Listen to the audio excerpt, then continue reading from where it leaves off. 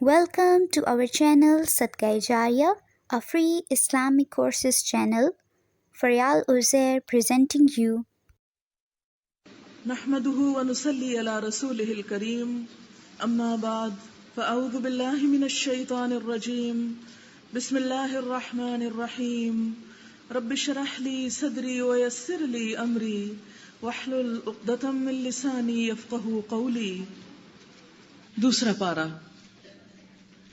سيقول السفهاء من الناس ما ولاهم عن قبلتهم التي كانوا عليها قل لله المشرق والمغرب يهدي من يشاء إلى صراط مستقيم وكذلك جعلناكم أمة وسطا لتكونوا شهداء على الناس ويكون الرسول عليكم شهيدا وما جعلنا القبلة التي كنت عليها إلا لنعلم من يتبع الرسول ممن ينقلب على عقبيه وإن كانت لكبيرة إلا على الذين هدى الله وما كان الله ليضيع إيمانكم إن الله بالناس لرؤوف رحيم.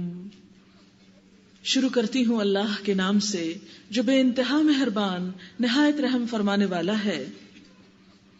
نادان لوگ ضرور کہیں گے انہیں کیا ہوا کہ پہلے یہ جس قبلے کی طرف رخ کر کے نماز پڑھتے تھے اس سے یکایک پھر گئے.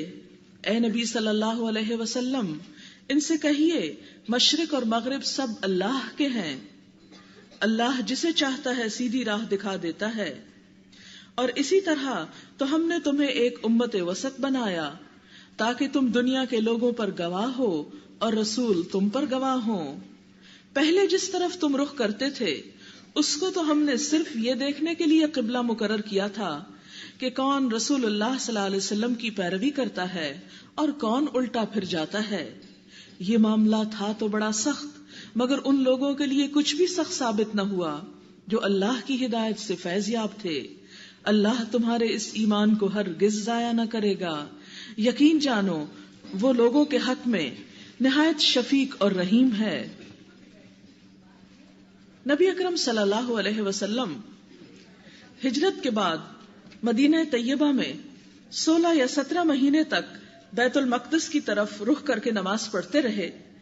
پھر کعبے کی طرف منہ کر کے نماز پڑھنے کا حکم آیا. آپ صلی اللہ علیہ وسلم کی خواہش بھی یہی تھی کہ آپ کے لیے حضرت ابراہیم علیہ السلام کے ہاتھوں تعمیر کیا ہوا قبلہ وہی آپ کا قبلہ قرار پائے. اور ویسے بھی آپ کی آخری نبی ہونے کی نشانیوں میں سے ایک نشانی تھی کہ آخری نبی کا قبلہ خانہ کعبہ ہوگا. اگرچہ آپ اس کے منتظر تھے لیکن ایک خاص وقت پر ہی آپ کا یہ انتظار ختم ہوا اور اللہ تعالیٰ نے قبلہ بدل دیا. جیسا کہ آپ جانتے ہیں کہ آپ صلی اللہ علیہ وسلم کے ساتھ صحابہ کرام کی ایک جماعت بھی مکہ سے مدینہ آئی. مکہ والے قدرتی طور پر خانہ کعبہ سے محبت رکھتے تھے. مدینہ میں آ کر جب انہیں اپنا رخ بدلنا پڑا بیت المقدس کی طرف تو یہ چیز جذباتی طور پر ان کے لیے مشکل تھی، لیکن چونکہ اللہ کا حکم تھا اس لیے بہت خوشی کے ساتھ انہوں نے اس حکم کو قبول کر لیا. پھر اس کے بعد جب 16-17 مہینے اس قبلے کی طرف منہ کر کے نماز پڑھتے رہے تو یکایک پھر حکم آیا کہ اب اپنا قبلہ خانہ کعبہ کو بنا لو. یہ حکم نماز کے اندر آیا تھا. انہوں نے ایک لمحے کی بھی تاخیر نہیں کی، کوئی قیل و قال نہیں کی، کوئی حجت بازی نہیں کی. نمازوں کی حالت میں ہی اپنا رخ شمال سے جنوب کی طرف کر لیا. مدینہ سے بیت المقدس شمال کی طرف تھا اور خانہ کعبہ جنوب کی طرف تھا، ٹوٹلی اپوزٹ ڈائریکشن میں.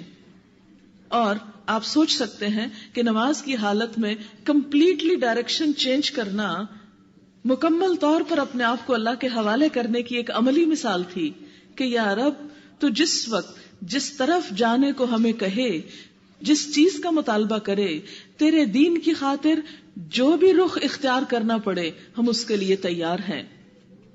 خانہ کعبہ کی طرف منہ کرنا عبادت کا مقصد نہیں، یہ مظاہر عبادت میں سے ہے. ایک ڈسپلن کو قائم کرنے کے لیے ہے، انسانوں کو آزمانے کے لیے ہے. کہ کون ہے جو اس ڈسپلن کی پابندی کرے گا، کیونکہ آگے آپ دیکھیں گے بار بار کہا جائے گا کہ جہاں کہیں تم ہو اس کی طرف منہ کر لو. یہ ایک پوری امت کو ایک ڈائریکشن اور ایک اتحاد کی طرف دعوت دینے کی بات ہے. اور دوسری طرف یہاں پر کیا بتایا جا رہا ہے کہ یہ بار بار کی تبدیلی دراصل یہ دیکھنے کے لیے تھی کہ کون اللہ کی بات مانتا ہے. کیونکہ عموماً یہ ہوتا ہے کہ جب ہم ایک روٹین کے عادی ہو جاتے ہیں، ایک چیز کے اوپر پختہ ہو جاتے ہیں، تو پھر اللہ کا حکم آ بھی جائے تو ہم اس حکم کو چھوڑنا نہیں چاہتے. جن عادات، جن رسم و رواج، جن خیالات کے ہم بچپن سے عادی ہو چکے ہوتے ہیں، بڑے ہو کر یکا یک جب ہم قرآن میں یا سنت رسول صلی اللہ علیہ وسلم میں کوئی بات پڑھتے ہیں تو ہم اس کو اتنی جلدی قبول نہیں کرتے، چھوڑنا نہیں چاہتے. لیکن رضی اللہ عنہم ورضوا عنہ، صحابہ کرام نے عملی مثال دکھائی کہ خواہ ہم 17 ماہ ایک حصے کی طرح منہ کرتے رہے، خواہ ہم مکہ میں اتنے سال اس کعبہ کو فالو کرتے رہے، لیکن جب اللہ نے حکم دیا تو ہم نے فوراً اپنا رخ موڑ لیا، کیونکہ اصل چیز اس کی اطاعت ہے، اس کی تابعداری ہے. جگہیں اہم نہیں ہوا کرتی، اصل اہمیت اللہ کے نام کی ہے. انسان اہم نہیں ہوا کرتے، اصل اہمیت اور بڑائی اللہ کی ذات کی ہے. حق بات کوئی بھی کہے، کہیں سے بھی آئے، کسی زمین میں بھی کرنی پڑے، یعنی قبلے کے لیے حکم کیا ہے؟ کہیں پر بھی ہو رخ ادھر کرو، گویا کسی زمین پر بھی ہو تمہاری عبادت کا مرکز تمہارا رب کریم ہے. قبلے کی طرف منہ کرنا دراصل ہم کو یہ سکھاتا ہے ہم ہر زمین پر اللہ کے بندے ہیں، خواہ ہم مشرق میں ہو یا مغرب میں، پاکستان میں ہو یا امریکہ میں، ہم کسی بھی زمین پر ہیں، ہم اللہ کے بندے ہیں.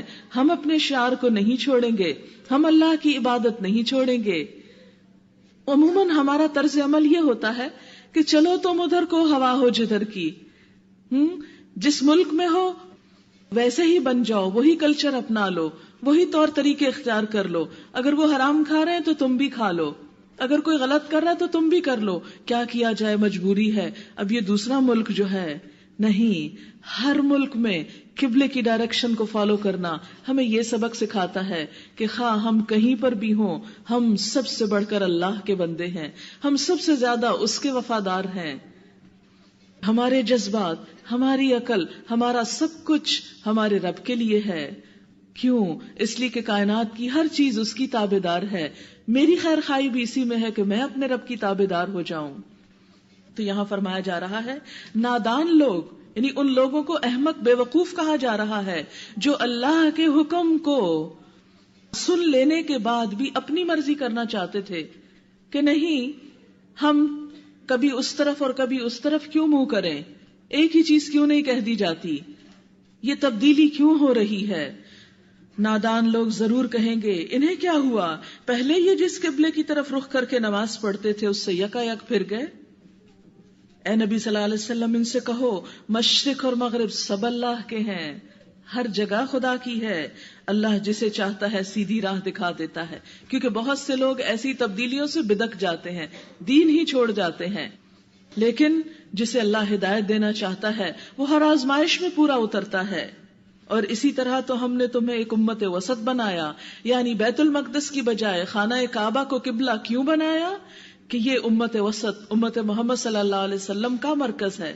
جیسا کہ پیچھے کل آپ پہلے سپارے میں پڑھ چکے ہیں کہ بنی اسرائیل کو اللہ نے دنیا کا امام بنایا تھا، انہیں اپنے دین کے میسج کو عام کرنے کے لیے چنا تھا، لیکن انہوں نے پے در پے اللہ کی نافرمانی کی، تو ان سے یہ امامت لے لی گئی اور اسے امت مسلمہ کے حوالے کیا گیا کہ آج کے بعد رہتی دنیا تک امت مسلمہ تمام انسانوں کے سامنے حق کا پیغام رکھے گی. اس لیے اس کا قبلہ بھی اس قبلے سے مختلف ہوگا، حالانکہ وہ بھی ایک عمارت ہے اور یہ بھی ایک عمارت ہے. عمارت تو مقصود نہیں، اصل تو اللہ کا حکم ہے. وہ کہے تو ادھر منہ کر لو تو انسان فوراً کر لے، اور وہ کہے دوسری عمارت تو دوسری عمارت کو اختیار کر لے. اور پھر فرمایا یہ اس لیے لِتَكُونُوا شُهَدَاءَ عَلَى النَّاسِ، تاکہ تم دنیا کے لوگوں پر گواہ ہو، دنیا کے لوگوں کو حق کی بات بتاؤ اور رسول تم پر گواہ ہوں، یعنی آخری نبی، آخری امت وسط جس کے پاس یہ محفوظ ترین کتاب ہوگی. یہ قبلہ تمہیں اس لیے دیا جا رہا ہے کہ تم تمام دنیا کے لیے رہنما ہو جاؤ. اور اگر آپ گلوب کے اوپر خانہ کعبہ کی جگہ دیکھیں، لوکیشن دیکھیں، تو وہ بالکل دنیا کا سینٹر بنتا ہے اور ہر طرف سے ایکولی دنیا کور ہوتی ہے. تو فرمایا کہ یہ دنیا میں امت مسلمہ کی مرکزیت اور اہمیت کو جتانے کے لیے اس قبلے کو اللہ کا گھر قرار دیا گیا. پہلے جس طرف تم رخ کرتے تھے اس کو تو ہم نے صرف یہ دیکھنے کے لیے قبلہ مقرر کیا تھا، یعنی بیت المقدس کو، کہ کون رسول کی پیروی کرتا ہے. کہ مکہ سے آنے کے بعد ہجرت تو کر لی، لیکن نبی صلی اللہ علیہ وسلم کی بات کون مانتا ہے اور کون الٹا پھرا جاتا ہے. یہ معاملہ تھا تو بڑا سخت، مگر ان لوگوں کے لیے کچھ بھی سخت ثابت نہ ہوا جو اللہ کی ہدایت سے فیض یاب تھے. اللہ تمہارے اس ایمان کو ہرگز ضائع نہ کرے گا. کیونکہ بعض لوگ کہتے تھے ان نمازوں کا کیا ہوا جو اس قبلے کی طرف منہ کر کے پڑھی گئیں، وہ تو ضائع ہو گئیں. اللہ تعالیٰ نے فرمایا نہیں، ضائع نہیں ہوئی. یہاں ایمان سے مراد نماز ہے، گویا ایمان اور نماز کا چولی دامن کا ساتھ ہے. یقین جانو کہ وہ لوگوں کے حق میں نہایت شفیق اور رحیم ہے. اے نبی صلی اللہ علیہ وسلم، یہ آپ کے منہ کا بار بار آسمان کی طرف اٹھنا ہم دیکھ رہے ہیں. لو، ہم اسی قبلے کی طرف تمہیں پھیرے دیتے ہیں جسے تم پسند کرتے ہو. مسجد حرام کی طرف رخ پھیر لو. اب جہاں کہیں تم ہو اسی کی طرف منہ کر کے نماز پڑھا کرو. یہ لوگ جنہیں کتاب دی گئی تھی خوب جانتے ہیں کہ قبلے کو بدلنے کا یہ حکم ان کے رب ہی کی طرف سے ہے اور برحق ہے. مگر اس کے باوجود یہ جو کچھ کر رہے ہیں اللہ اس سے غافل نہیں. یعنی بہت سے لوگوں کو قبلے کی تبدیلی کی حکمت اور وجہ سمجھ آ گئی تھی، اس کے باوجود انہوں نے بات نہ مانی. تو اللہ تعالیٰ فرماتے ہیں کہ اللہ کو سب پتا ہے کہ کون کیا کر رہا ہے. تم اہل کتاب کے پاس خواہ کوئی نشانی لے آؤ، ممکن نہیں کہ یہ تمہارے قبلے کی پیروی کرنے لگیں، اور نہ تمہارے لیے یہ ممکن ہے کہ ان کے قبلے کی پیروی کرو، اور ان میں سے کوئی گروہ بھی دوسرے کے قبلے کی پیروی کے لیے تیار نہیں ہے. اور اگر تم نے اس علم کے بعد جو تمہارے پاس آ چکا ہے ان کی خواہشات کی پیروی کی تو یقیناً تمہارا شمار ظالموں میں ہوگا. نبی صلی اللہ علیہ وسلم کو کہا جا رہا ہے کہ نہیں، یہ ایک اصول کی بات ہے، اب آپ کو خانہ کعبہ ہی کی طرف منہ کرنا ہے. ان لوگوں کو خوش کرنے کے لیے ان کے قبلے کو اپنا قبلہ نہیں بنانا، تاکہ امت دوسری امتوں سے بالکل الگ ممتاز ہو جائے. الذین آتیناہم الکتاب یعرفونہ کما یعرفون ابناءہم، جن لوگوں کو ہم نے کتاب دی ہے وہ اس مقام کو جسے قبلہ بنایا گیا ایسے پہچانتے ہیں جیسے اپنی اولاد کو پہچانتے ہیں. مگر ان میں سے ایک گروہ جانتے بوجھتے حق کو چھپا رہا ہے. یہ قطعی ایک امر حق ہے، تمہارے رب کی طرف سے ہے، لہٰذا اس کے بارے میں تم ہرگز کسی شک میں نہ پڑو. ہر ایک کے لیے ایک ایک رخ ہے جس کی طرف وہ مڑتا ہے، بس تم بھلائیوں کی طرف سبقت کرو. یعنی قبلے کو مقرر کرنے کے بعد پھر کیا سکھایا جا رہا ہے کہ نیکی میں جلدی کرو، نیکی کے کام کے لیے بھاگ دوڑ کرو. تمہاری اصل نظر کس پہ رہنی چاہیے؟ اللہ کو راضی کرنے پر. اس لیے خیر اور بھلائی کا جو کام تمہارے حصے میں آئے اسے کر گزرو اور اس میں تاخیر نہ کرو.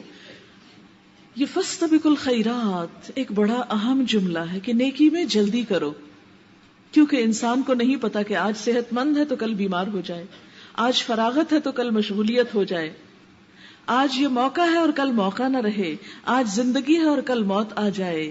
اس لیے نیکی میں کبھی بھی تاخیر نہیں کرنی چاہیے. تو صحابہ کرام کو کیا حکم دیا جا رہا ہے کہ اس بحث میں پڑھنے اور لوگوں کی باتوں کا جواب دینے اور کٹ حجتیوں کا مقابلہ کرنے اور اس میں وقت ضائع کرنے کی بجائے کیا کرو؟ اپنے رخ کو اللہ کے گھر کی طرف پھیر کر زیادہ سے زیادہ نیک کاموں کی طرف اپنے وقت کو لگاؤ. عموماً کیا ہوتا ہے کہ جب irrelevant ایشوز کہیں پر وہ زیادہ اٹھنے لگتے ہیں تو لوگ مفید اور کارآمد باتوں سے دور ہو جاتے ہیں. آپ دیکھیں کسی گھر میں جھگڑا اٹھ جائے، کسی ادارے میں اٹھ جائے، کہیں پر بھی اختلاف ہو تو عموماً کیا ہوتا ہے؟ بس صفائیاں پیش ہوتی رہتی ہیں. ایک کوئی اعتراض کرتا ہے، دوسرا صفائی پیش کرتا ہے، ایک کوئی دلیل دیتا ہے، دوسرا تعویل کرتا ہے. ایک الزام تراشی کر رہا ہے، دوسرا اس کو رو رہا ہے، کوئی کچھ کر رہا ہے، کوئی کچھ کر رہا ہے.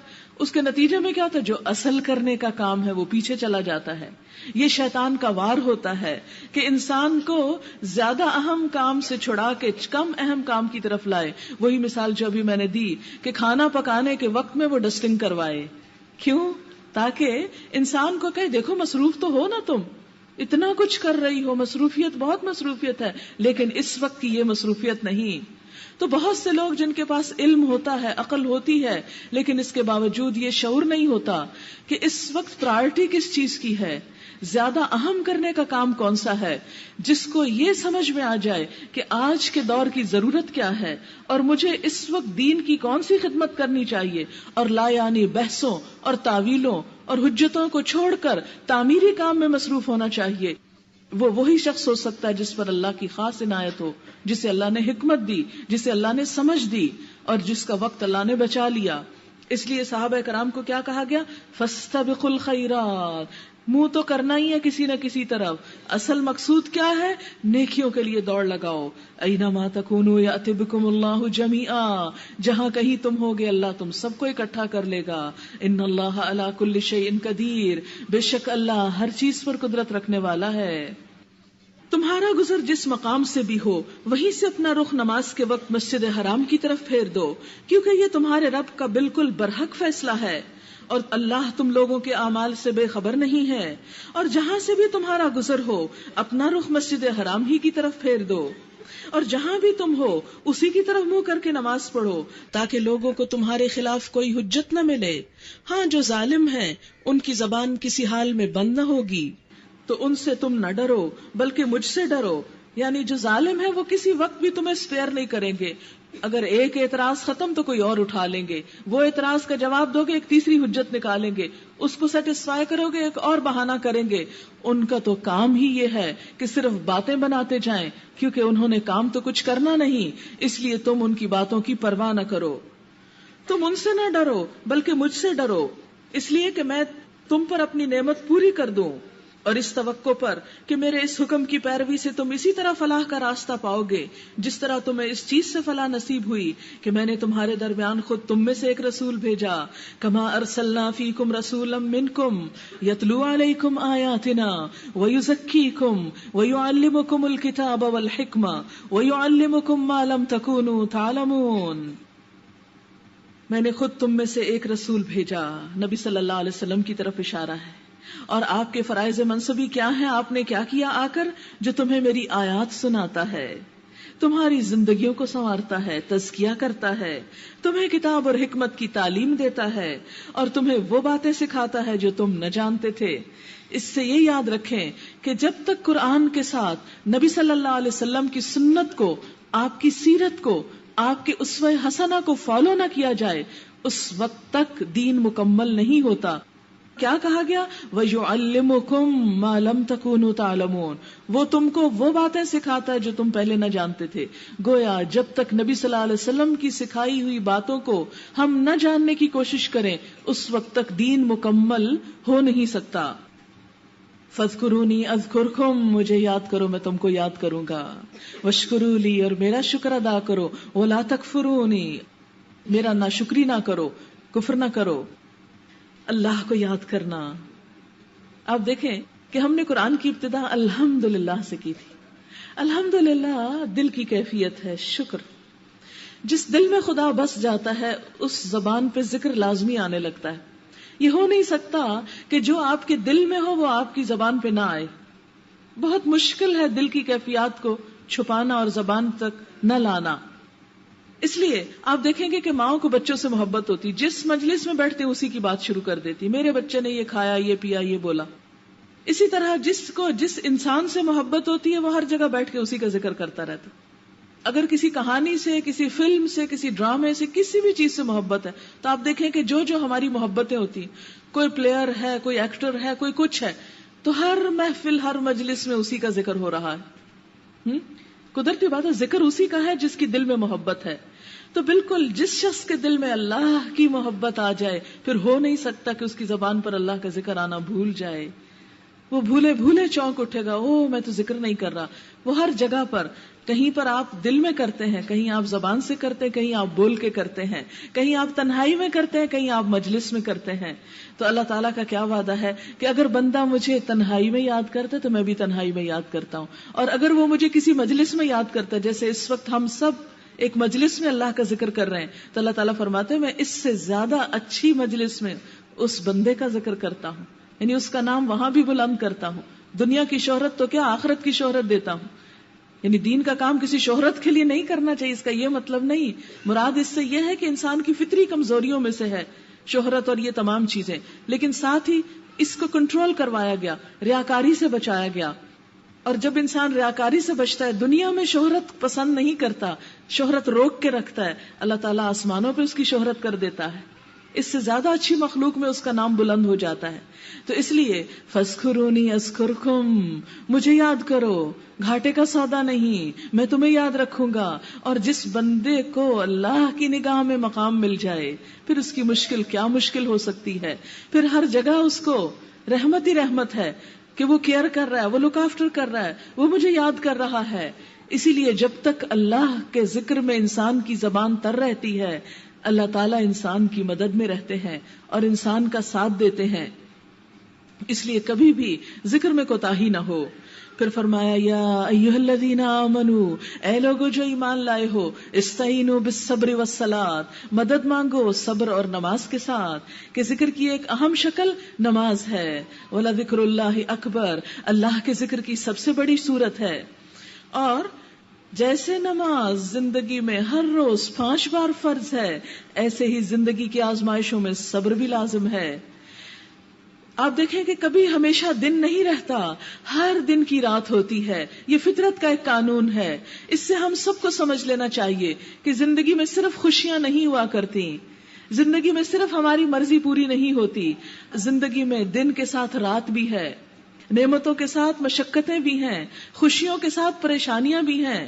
یہ الگ بات ہے کہ کسی کی زندگی میں ایک چیز زیادہ ہے تو کسی کی دوسری چیز زیادہ ہے، حالانکہ ہے دونوں ہی آزمائش، دونوں ہی آزمائش.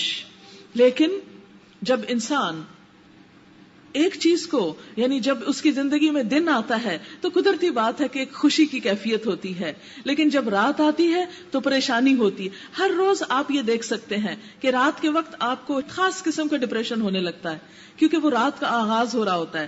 پھر آہستہ آہستہ بڑھتے بڑھتے عین جب طلوع فجر ہوتا ہے تو انسان کا دل کھلنے لگتا ہے. اس وقت عبادت کا لطف بھی کچھ اور ہوتا ہے، اسی لیے تہجد کی نماز کہی گئی اس وقت. بہرحال یاد رکھیں کہ زندگی صرف خوشیوں کا نام نہیں، زندگی صرف دن کا نام نہیں، زندگی میں رات بھی ہے. جو لوگ رات کے اندر ایڈجسٹمنٹ کر سکتے ہیں اور رات کو بھی رات سمجھ کر اس سے فائدہ اٹھاتے ہیں تو وہ لوگ کامیاب لوگ ہیں. جب بھی زندگی میں تکلیف آئے اسے اللہ کا فیصلہ سمجھ کے قبول کر لیں کہ اللہ نے میرے حق میں یہ چاہا. آپ کو معلوم ہے کہ اگر بندے کو ایک کانٹا بھی چبھے، صرف ایک کانٹا، تو اس کے بدلے میں بھی اللہ تعالیٰ اس کے گناہ معاف کرتے ہیں اور اس کے اجر میں اضافہ کرتے ہیں. ایک کانٹا. تو کہاں یہ کہ بڑی بڑی مصیبتیں کسی کی زندگی میں ہوں تو کیسے ہو سکتا ہے کہ اللہ تعالیٰ ان کو کمپنسیٹ نہ کریں؟ ضرور کمپنسیشن ہوگی، لیکن صبر ضروری ہے. صبر کسی صرف زندگی کے ایک حصے میں نہیں، ساری زندگی. آپ دیکھیں کہ قرآن پاک میں بار بار صبر کا ذکر نماز کے ساتھ کیا گیا. کل بھی پڑھا تھا نا آپ نے، صبر اور نماز ساتھ.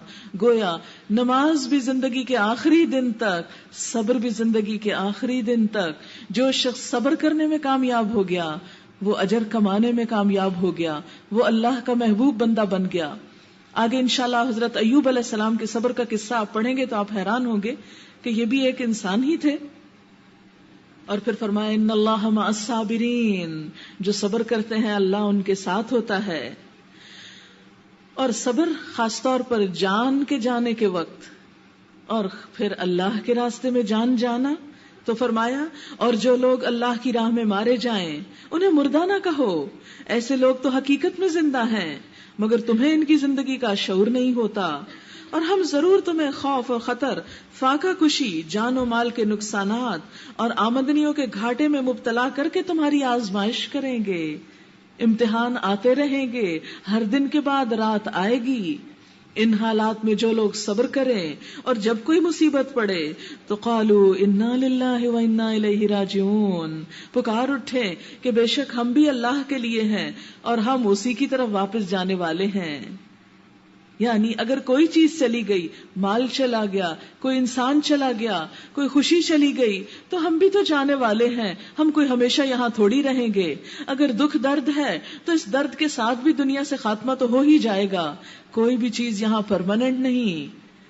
اصل ہمیشگی تو جنت میں ہے، اصل خوشیاں تو وہاں ہیں. لہٰذا کوئی ایسا کام نہ کروں کہ وہ خوشیاں چلی جائیں. اللہ نے ایسے لوگوں سے وعدہ کیا کہ جو غم کی گھڑیوں میں انا للہ و انا الیہ راجعون پڑھتے ہیں. یہ صرف مرنے پہ نہیں پڑھا جاتا بلکہ ہر حال میں پڑھا جاتا ہے. ایک دفعہ آپ کا چراغ بجھ گیا، لائٹ چلی گئی، جیسے ہمارے یہاں لائٹ چلی جاتی، تو آپ نے انا للہ پڑھا. تو صحابہ نے پوچھا کہ اس پر بھی؟ فرمایا تو کیا بجلی کا یعنی کہ روشنی کا جانا کیا غم نہیں، تکلیف نہیں؟ اس پر بھی پڑھنا چاہیے. چھوٹی سی کوئی چیز چلی جائے تو اس پر انا للہ پڑھ لینے سے کیا ہوتا ہے؟ اللہ تعالیٰ کا وعدہ سنیے، جو یہ کام کریں گے اس گھڑی میں، اس تکلیف میں اللہ کو پکاریں گے، یاد کریں گے، اولئک علیہم صلوات من ربہم ورحمۃ واولئک ھم المہتدون. ان لوگوں کو اپنے رب کی نوازشیں، رحمتیں، عنایتیں، اور ان لوگوں کو اللہ نے ہدایت دینی ہے، ان کے لیے ہدایت ہے، یہ ہدایت یافتہ ہے. تو گویا دکھ اور غم کے وقت صحیح ڈائریکشن اختیار کرنا، اللہ کو یاد کرنا، دو بڑی چیزوں کو عطا کرنے کا سبب بنتا ہے. نمبر 1 اللہ کی رحمتیں اور نوازشیں، اور نمبر 2 ہدایت. اور اس میں سب سے بڑی آزمائش تو اس عورت پر آئی تھی جو اپنے معصوم بچے کے ساتھ مکہ کی بیابان وادی میں آ کر رہ بس گئی تھی. حضرت ہاجرہ حضرت ابراہیم علیہ السلام کی اہلیہ. حضرت ابراہیم علیہ السلام نے تو اللہ کی راہ میں بے پرواہ قربانیاں کی، لیکن عموماً سمجھا جاتا ہے کہ عورت کیا قربانی کرے گی. نہیں، عورت نے بھی بڑی بڑی قربانیاں کی. اس میں حضرت آسیہ کی مثال ہے، حضرت ہاجرہ کی مثال ہے. حضرت ہاجرہ اپنے معصوم بچے کے ساتھ، شیرخوار بچے کے ساتھ اس بے آب و گیا وادی میں آ بسی تھی جہاں نہ پانی تھا نہ کھانا تھا، اور شوہر بھی چھوڑ کر چلا گیا. اس میں وہ کیا کر رہی تھی؟ پانی کی تلاش میں صفا مروہ کے درمیان دوڑ رہی تھی. اللہ کو وہ ادا اتنی پسند آئی کہ آج بڑے بڑے مرد جب وہاں دوڑ رہے ہوتے ہیں تو ہمیشہ میں ان کو دیکھ کے میری آنکھوں میں آنسو آ جاتے ہیں. کہتے اللہ تو نے ایک عورت کی قربانی کی اتنی بڑی قدر کی کہ آج ہر مرد کو عمرے کے دوران اس مقام پر وہ سبز نشانوں کے درمیان دوڑ لگانی پڑتی ہے اس عورت کی پیروی میں. ہمارے ہاں عورت کو بالکل گرا کے رکھ دیا گیا کہ نہیں بس بڑے سے بڑا بھی عورت کام کرے تو چونکہ عورت ہے اس لیے وہ کام کوئی اہمیت نہیں رکھتا. یہ ایک انتہائی نیگیٹو ذہنیت ہے، اس کو بدلنا ہوگا. حضرت ہاجرہ کی زندگی جو ہے وہ ہمارے لیے ایک نمونہ ہے کہ انہوں نے اگر دین کے لیے قربانی کی تو اللہ نے کس طرح ان کو بلند مقام عطا کیا اور اس کو اللہ کی نشانیوں میں سے قرار دیا. ان الصفا والمروہ من شعائر اللہ، بے شک صفا اور مروہ اللہ کی نشانیوں میں سے. اس عورت کے بھاگنے کی جگہ کو اللہ نے اپنی نشانی کہا. لہٰذا جو شخص بیت اللہ کا حج یا عمرہ کرے اس کے لیے کوئی گناہ کی بات نہیں کہ وہ ان دونوں پہاڑیوں کے درمیان سعی کرے. اور جو برضا اور رغبت کوئی بھلائی کا کام کرے گا اللہ کو اس کا علم ہے اور وہ اس کی قدر کرنے والا ہے، قدر کرنے والا. یعنی اب ہم کہیں کہ ہمارے پاس تو حضرت ہاجرہ جیسا کوئی کام نہیں تو پھر ہم کیا کریں، چلو کچھ بھی نہیں کرتے. نہیں، فرمایا کوئی چھوٹی سی نیکی بھی کرو گے اللہ قدردان ہے. چھوٹی سی قربانی بھی، یہ جو آپ یہاں آ کے وقت لگاتے ہیں، جو مال لگاتے ہیں، یہ بھی اللہ کی راہ میں قربانی ہے. اگر نیت صرف اس کے لیے ہو کہ اس سے جزا چاہنی ہے تو اللہ اس کی بھی قدردانی انشاءاللہ کرے گا. جو لوگ ہماری نازل کی ہوئی روشن تعلیمات اور ہدایات کو چھپاتے ہیں حالانکہ ہم انہیں سب انسانوں کی رہنمائی کے لیے اپنی کتاب میں بیان کر چکے ہیں، یقین جانو اللہ بھی ان پہ لعنت کرتا ہے، تمام لعنت کرنے والے بھی ان پہ لعنت بھیجتے ہیں. یعنی یہ ان علماء کے بارے میں ہے جو علم حق جانتے ہوں پھر بیان نہ کرتے ہوں، جو سچائی جانتے ہوں اور پھر آگے نہ بتاتے ہوں. کس ڈر سے کہ لوگ ہمارے خلاف ہو جائیں گے، ہم لوگوں میں پاپولر نہیں رہیں گے، ہم لوگوں کی نظروں میں گر جائیں گے. کل بھی میں نے جو بات کی تھی نا بہت اعتماد کے ساتھ کہ یہ جمعرات ہو یا 40 ہو ہمارے دین کا حصہ نہیں، لیکن اگر آپ کسی سے جا کے پوچھیں تو وہ یعنی اتنا کھلے طریقے سے نہیں آپ کو بتائے گا. کیوں؟ اس لیے کہ ان کو پتا ہے کہ سارے لوگ تو اکثریت ہماری 90% یا ابو دیٹ میجورٹی یہی کام کر رہی ہے. اگر ہم منع کریں گے لوگ ہمارے دشمن ہو جائیں گے, اس لیے بہتر ہے کرتے رہیں, ہمارا کیا جاتا ہے. نہیں, اگر لوگ غلط کر رہے ہیں تو آپ کی ذمہ داری ہے کہ آپ ان کی صحیح رہنمائی کریں اور ان کو غلط اور ایسی چیزوں سے جو غیر ضروری ہیں اور دین میں خود ساختہ ایڈیشن ہے, بلا وجہ کا اضافہ ہے, لوگوں کے اوپر بوجھ ہیں.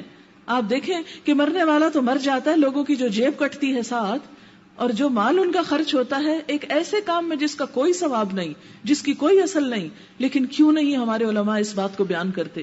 کیوں نہیں کھول کے لوگوں کو کہتے کہ چھوڑو یہ چیزیں اور کرو وہ کرنے کے کام جو کرنے چاہیے؟ تو اس کی وجہ یہ ہے کہ پھر کئی مفادات پہ زد پڑتی ہے.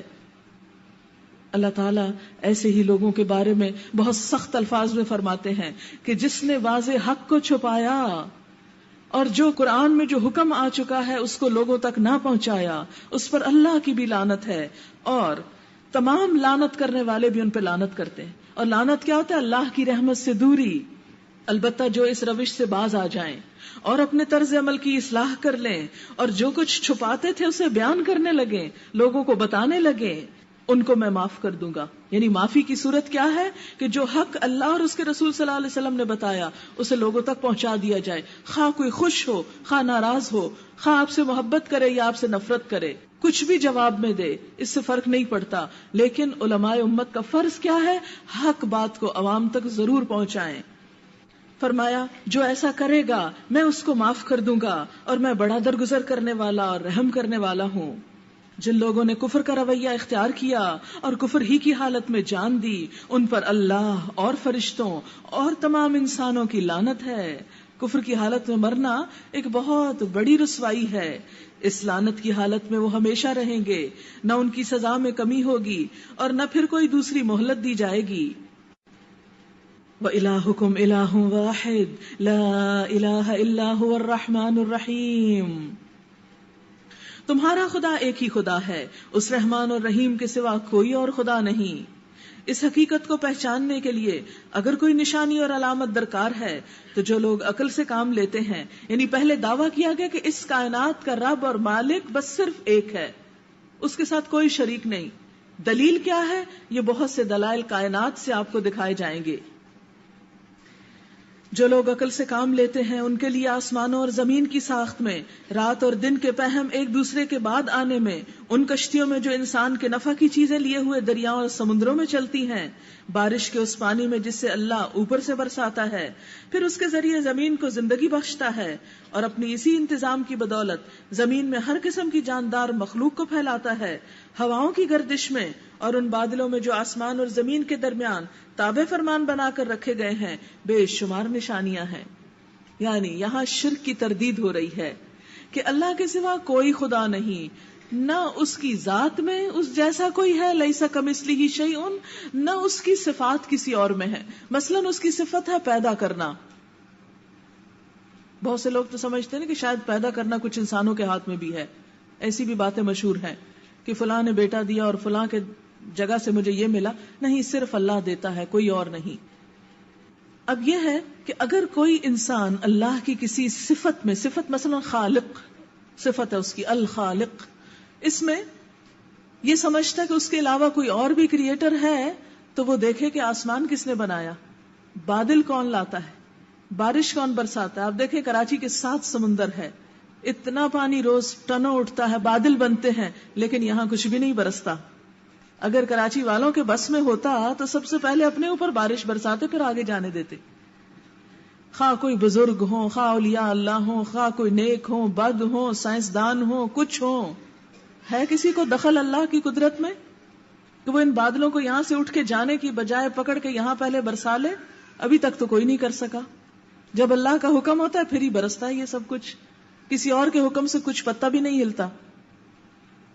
تو یہاں یہی بات بتائی جا رہی ہے کہ جو اصل خالق ہے اس کی ذات میں کوئی شریک, نہ صفات میں کوئی شریک, نہ اس کے اختیارات میں کوئی شریک. جو وہ کرنا چاہتا ہے اسے کوئی روک نہیں سکتا. وہ نفع دینا چاہتا ہے, کوئی نقصان نہیں دے سکتا. وہ نقصان دینے پہ تل گیا, کوئی نفع نہیں دے سکتا.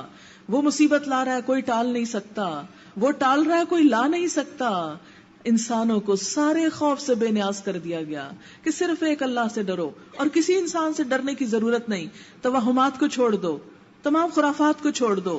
اللہ پہ ایسا یقین, اعتماد اور توکل کہ جو انسان کو ہر غم سے نجات دے, کہ میں بیٹھا ہوں, میری زندگی اور موت, میرا رزق, میری اولاد, میری سب چیزیں میرے رب کے حوالے, اور وہی ان چیزوں کا مالک ہے.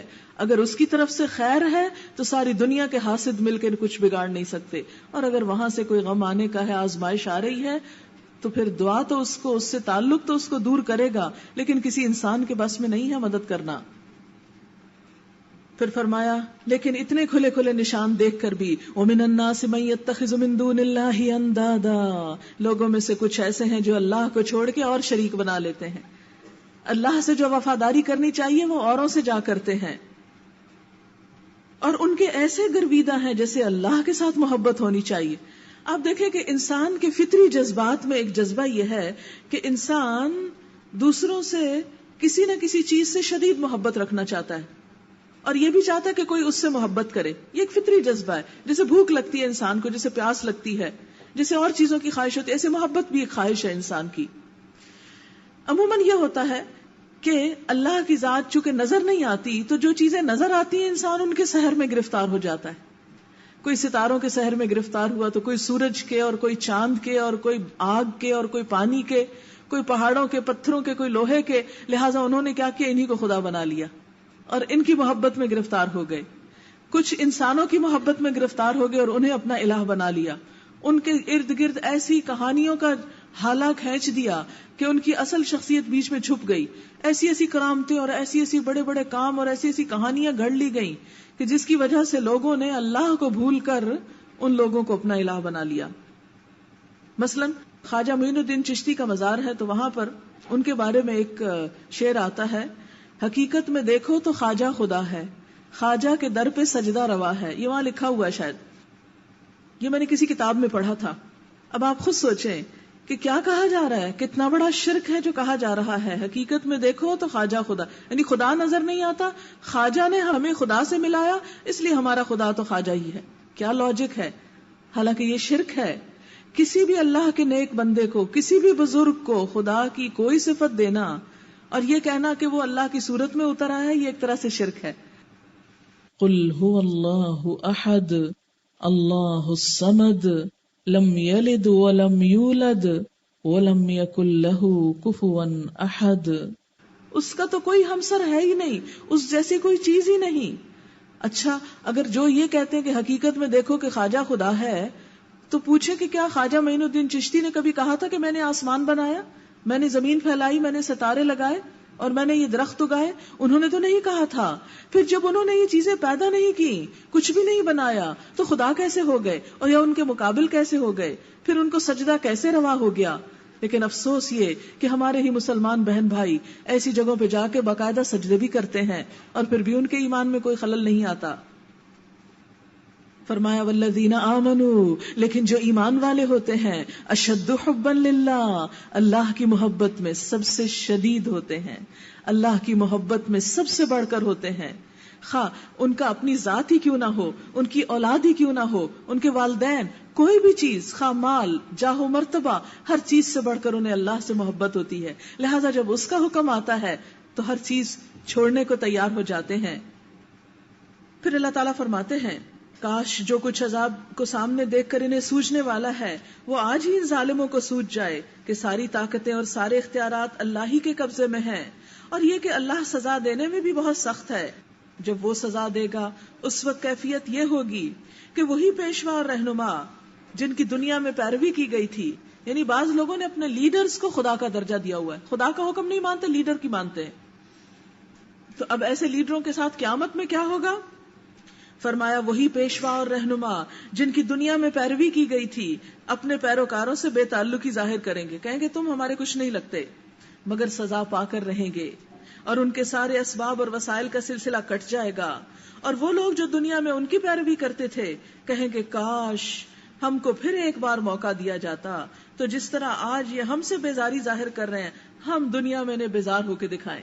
یعنی آج آپ دیکھیں کہ لیڈروں کے اوپر لوگ اپنی جان مال ہر چیز، شخصیت پرستی اتنی عام ہو گئی ہے کہ انسانوں کی خاطر ہر چیز قربان کرنے کو تیار ہو جاتے ہیں. لیکن قیامت کے دن یہی انسان اتنی بے وفائی کریں گے کہ ان کو پوچھیں گے بھی نہیں.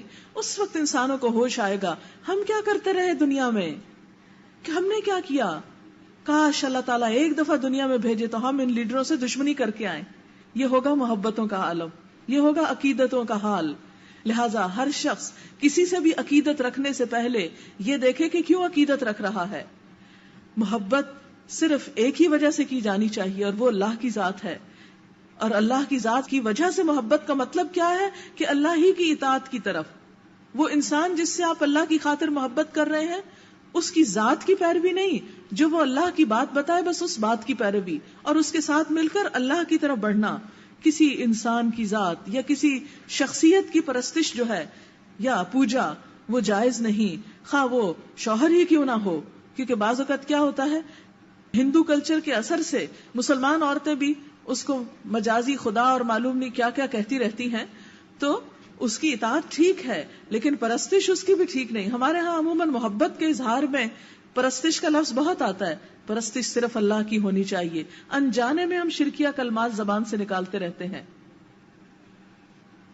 پھر فرمایا یوں اللہ ان لوگوں کے وہ اعمال جو دنیا میں کر رہے ہیں ان کے سامنے اس طرح لائے گا کہ یہ حسرتوں اور پشیمانیوں کے ساتھ ہاتھ ملتے رہیں گے مگر آگ سے نکلنے کی کوئی صورت نہ پائیں گے.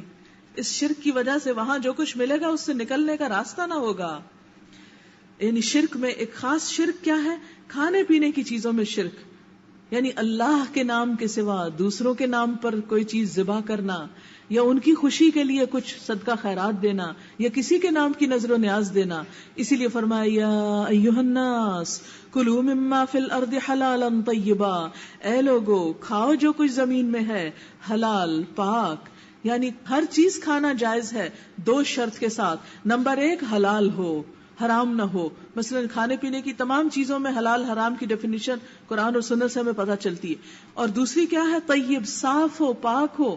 آپ دیکھیں کہ بہت سارے لوگ حلال کا تو اہتمام کرتے ہیں، صاف چیز کا اہتمام نہیں کرتے. ہمارے یہاں کتنا عام ہے کہ گلی بازاروں میں مکھیاں بنبنا رہی ہوتی ہیں کھانچوں پر اور ان کے اوپر سے چیزیں لے کے کھا لیتے ہیں. گرد و غبار، مکھیاں، ہر پولوشن کی چیز جو ہے کبھی احساس نہیں کرتے. بعض اوقات باسی گلی سڑی نہیں. اسلام بڑا نفیس مزاج ہے. اسلام انسان کے اندر ایسی پاکیزگی پیدا کرتا ہے کہ کھانے پینے کی چیزوں کے بارے میں بھی پاکیزہ ٹیسٹ ڈیولپ کرتا ہے. آپ دیکھیں کہ جب ہم جراثیموں سے بھری ہوئی چیزیں کھاتے ہیں، مکھیوں والی، گرد و غبار والی، نقصان کیا ہوتا ہے؟ ہر چیز سٹمک میں جا کر پورے جسم کو اپسیٹ کر دیتی. جب ہم بیمار ہوتے ہیں نہ ہم عبادت کر سکتے ہیں نہ ہم کسی انسان کی خدمت کر سکتے ہیں. تو بیماری کی وجہ سے انسان بڑی بڑی نیکیوں سے محروم رہ جاتا ہے. اور بیماری کی اصل وجہ کیا ہوتی ہے؟ کھانے پینے میں پاکیزہ اور صاف چیزوں کا خیال نہ رکھنا. اور خواتین کو تو خاص طور پر اس کا بہت اہتمام کرنا چاہیے کیونکہ انہی کے ہاتھوں سے پورا خاندان پلتا ہے. اور صاف اور پاک چیزوں کے جو سورس ہے وہ آپ کے ہاتھ میں ہے. شوہر بیچارہ تو سبزی لا کر آپ کو دے دے گا، پکانا تو آپ نے ہے. اگر آپ نے صاف طریقے سے نہ پکایا خود بھی گند کھائیں گی اور ان کو بھی کھلائیں گی. تو اس لیے یہ بھی قرآن کا حکم ہے، حلال بھی کھاؤ اور صاف بھی کھاؤ. اور شیطان کے بتائے ہوئے طریقوں پر نہ چلو، وہ تمہارا کھلا دشمن ہے، کھلا دشمن. وہ تمہیں بدی اور فحش کا حکم دیتا ہے اور یہ سکھاتا ہے کہ تم اللہ کے نام پر وہ باتیں کہو جن کے متعلق تمہیں علم نہیں کہ وہ اللہ نے فرمائی ہیں. اچھا، حلال کے بارے میں ایک دو احادیث بھی آپ کو سناؤں گی. آپ صلی اللہ علیہ وسلم نے فرمایا جس نے حلال کھایا اور سنت کے مطابق عمل کیا اور لوگ اس کی تکلیفوں سے محفوظ رہے وہ جنت میں جائے گا. آپ نے فرمایا اے عبداللہ بن عمر، 4 خصلتیں ایسی ہیں جب تمہارے اندر موجود ہو تو پھر دنیا میں کچھ بھی حاصل نہ ہو تو وہی تمہارے لیے کافی ہیں. اور ان میں سے ایک حلال کا اہتمام، ایک اور حسن خلق، سچ بولنا، امانت کی حفاظت. یہ 4 چیزیں جس میں ہو وہ دنیا و آخرت کی سب بھلائیاں لوٹ گیا. پھر اسی طرح حرام کے بارے میں کیا فرمایا؟ حضرت عبداللہ بن مسعود فرماتے ہیں آپ صلی اللہ علیہ وسلم نے فرمایا جب کوئی بندہ حرام مال کھاتا ہے پھر اس کو صدقہ کرتا ہے تو قبول نہیں ہوتا. اگر اس میں سے خرچ کرتا ہے تو وہ ثواب نہیں ملتا. وارثوں کے لیے چھوڑ جاتا ہے تو جہنم کی طرف جانے کے لیے توشہ ہوتا ہے. بے شک اللہ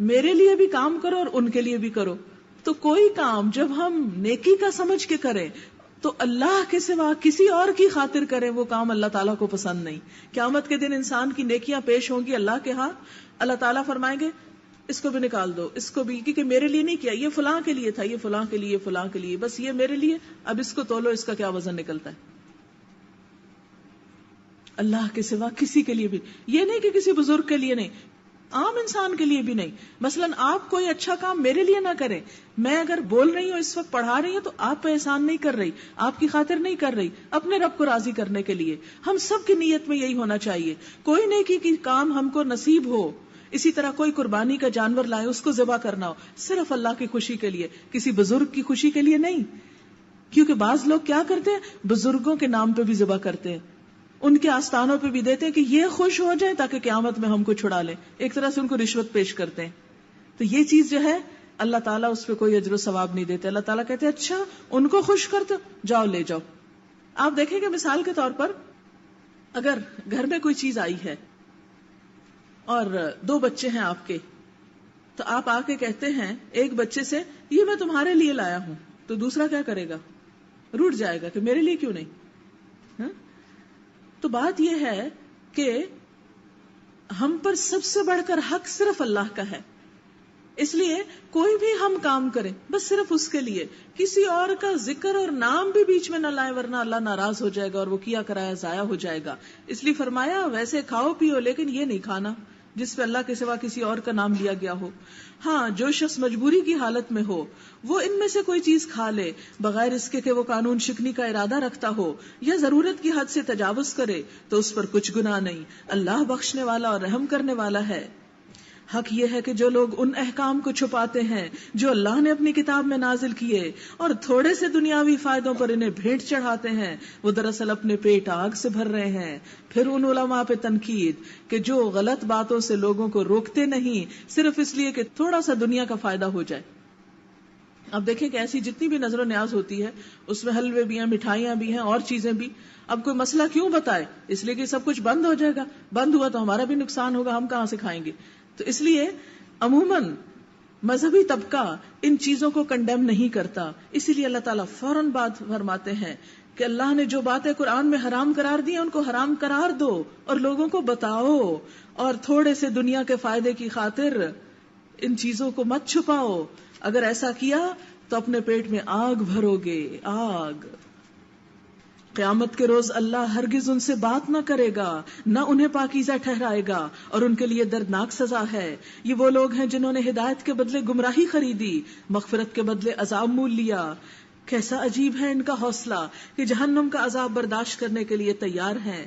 یہ سب کچھ اس وجہ سے ہوا کہ اللہ نے تو ٹھیک ٹھیک حق کے مطابق کتاب نازل کی تھی, مگر جن لوگوں نے کتاب میں اختلافات نکالے وہ اپنے جھگڑوں میں حق سے بہت دور نکل گئے.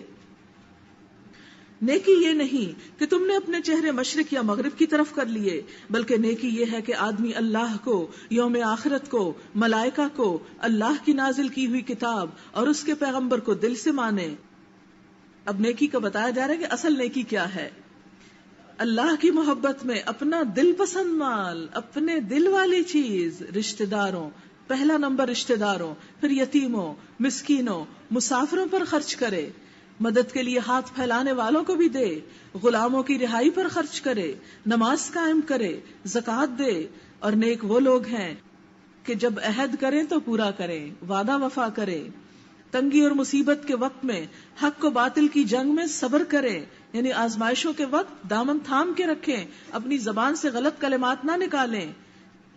یہ ہیں راست باز لوگ اور یہی لوگ متقی ہیں.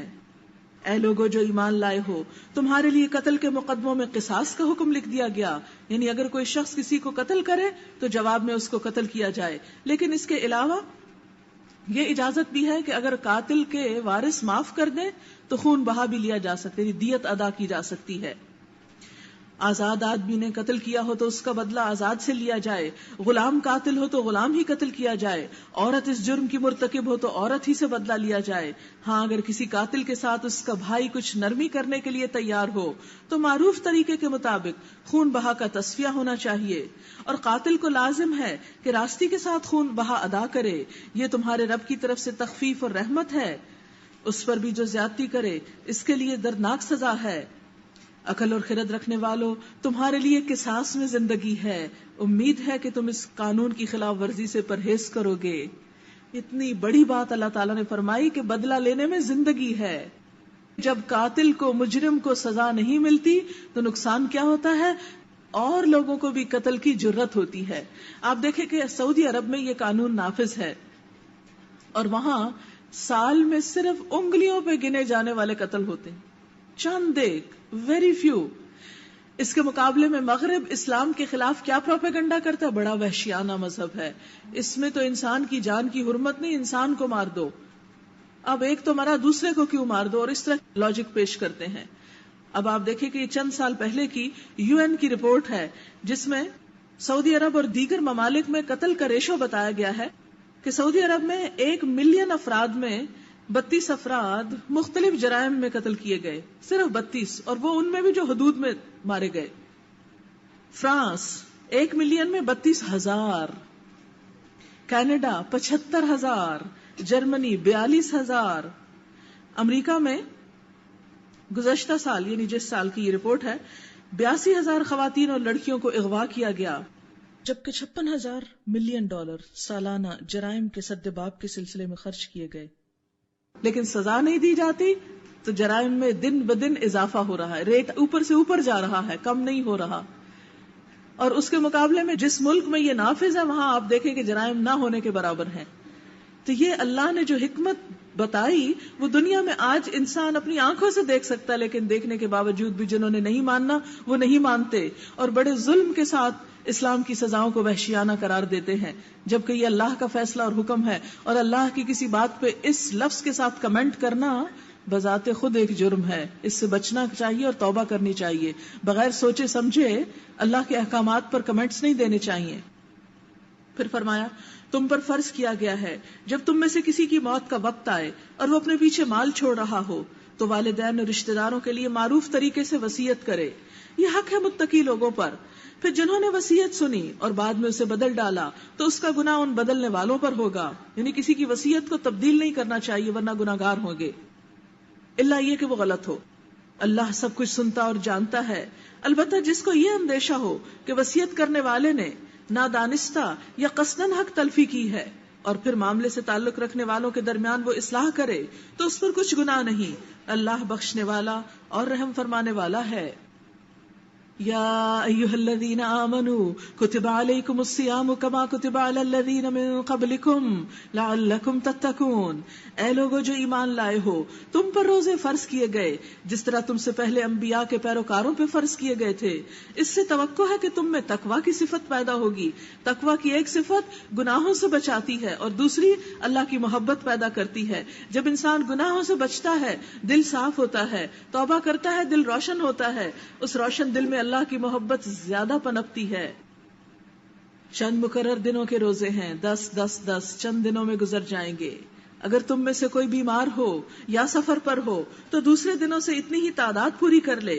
اور جو لوگ روزہ رکھنے کی قدرت رکھتے ہوں پھر نہ رکھیں وہ فدیہ دے دیں. ایک روزے کا فدیہ 1 مسکین کو کھانا کھلانا ہے.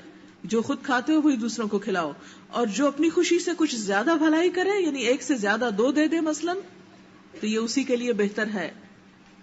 لیکن اگر تم سمجھو تو تمہارے حق میں اچھا یہی ہے کہ روزہ رکھو. رمضان وہ مہینہ ہے، شہر رمضان الذی انزل فیہ القرآن ھدی للناس وبینات من الھدی والفرقان.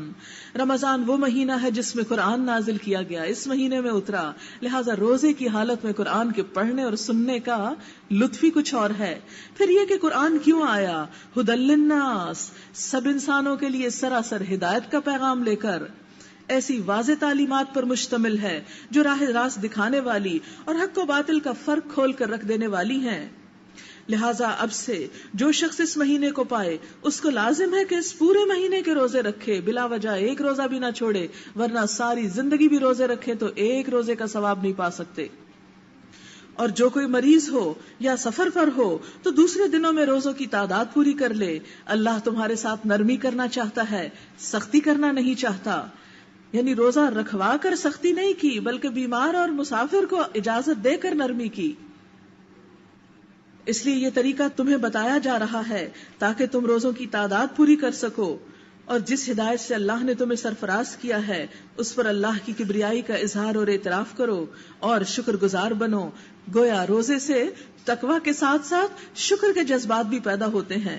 رب کی عظمت اور خود کو عاجز بندہ سمجھنا ممکن ہوتا ہے، کیونکہ انسان روزے کی حالت میں جو کمزوری محسوس کرتا ہے اس کو اپنے اندر بھی ایک خاص قسم کی عاجزی آنے لگتی ہے اور اللہ کی بڑائی کا احساس ہونے لگتا ہے۔ روزے کی حالت میں دعائیں بھی خوب مانگنی چاہیے، اسی لیے فرمایا وَإِذَا سَأَلَكَ عِبَادِي عَنِّي فَإِنِّي قَرِيبٌ، اے نبی صلی اللہ علیہ وسلم میرے بندے اگر تم سے میرے بارے میں پوچھیں تو انہیں بتا دو کہ میں ان سے قریب ہوں، پکارنے والا جب مجھے پکارتا ہے میں اس کی پکار سنتا ہوں اور جواب دیتا ہوں۔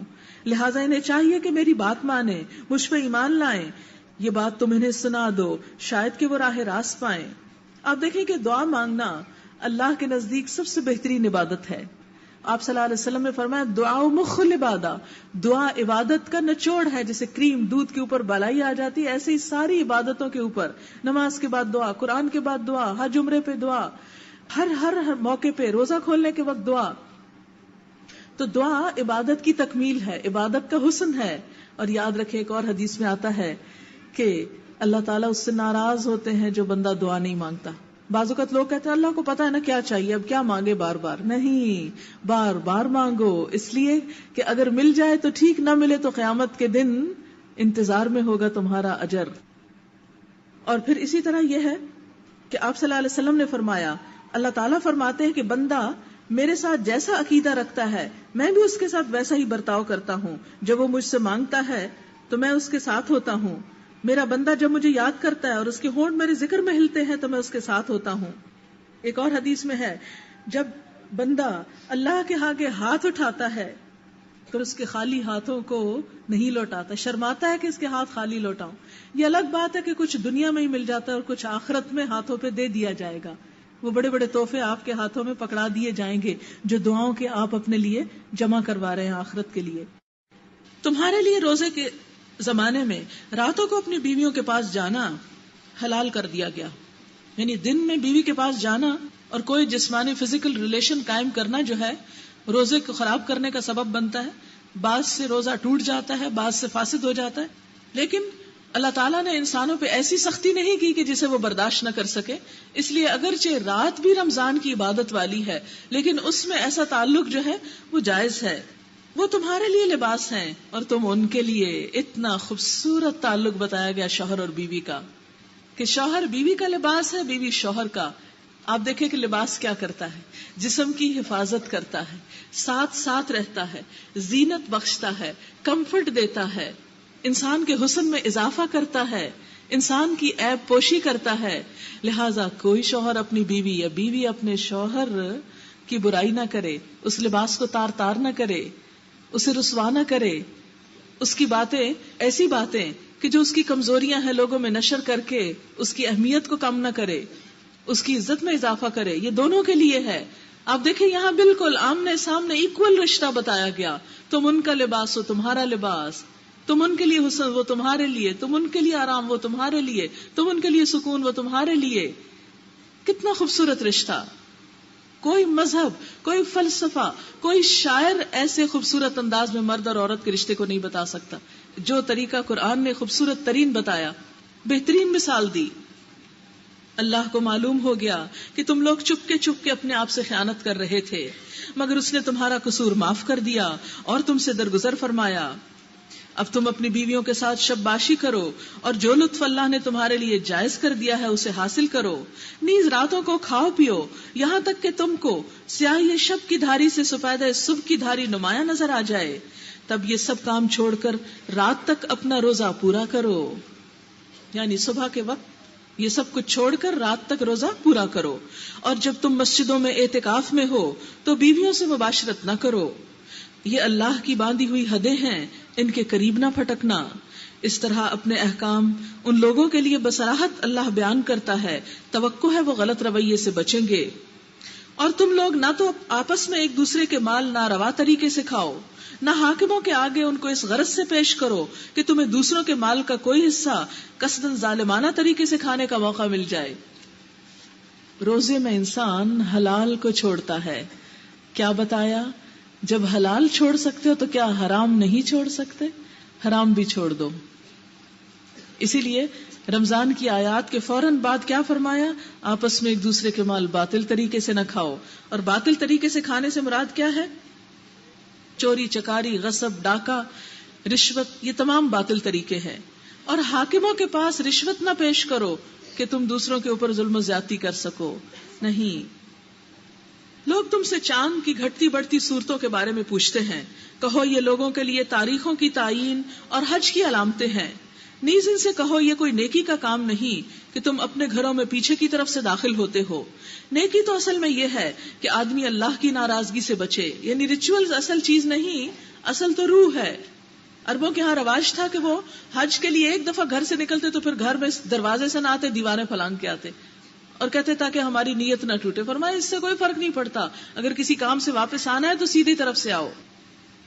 البتہ اللہ سے ڈرتے رہو، شاید تمہیں کامیابی نصیب ہو جائے. اور تم اللہ کی راہ میں ان لوگوں سے لڑو جو تم سے لڑتے ہیں، مگر زیادتی نہ کرو. کتنا خوبصورت ہے دین اسلام.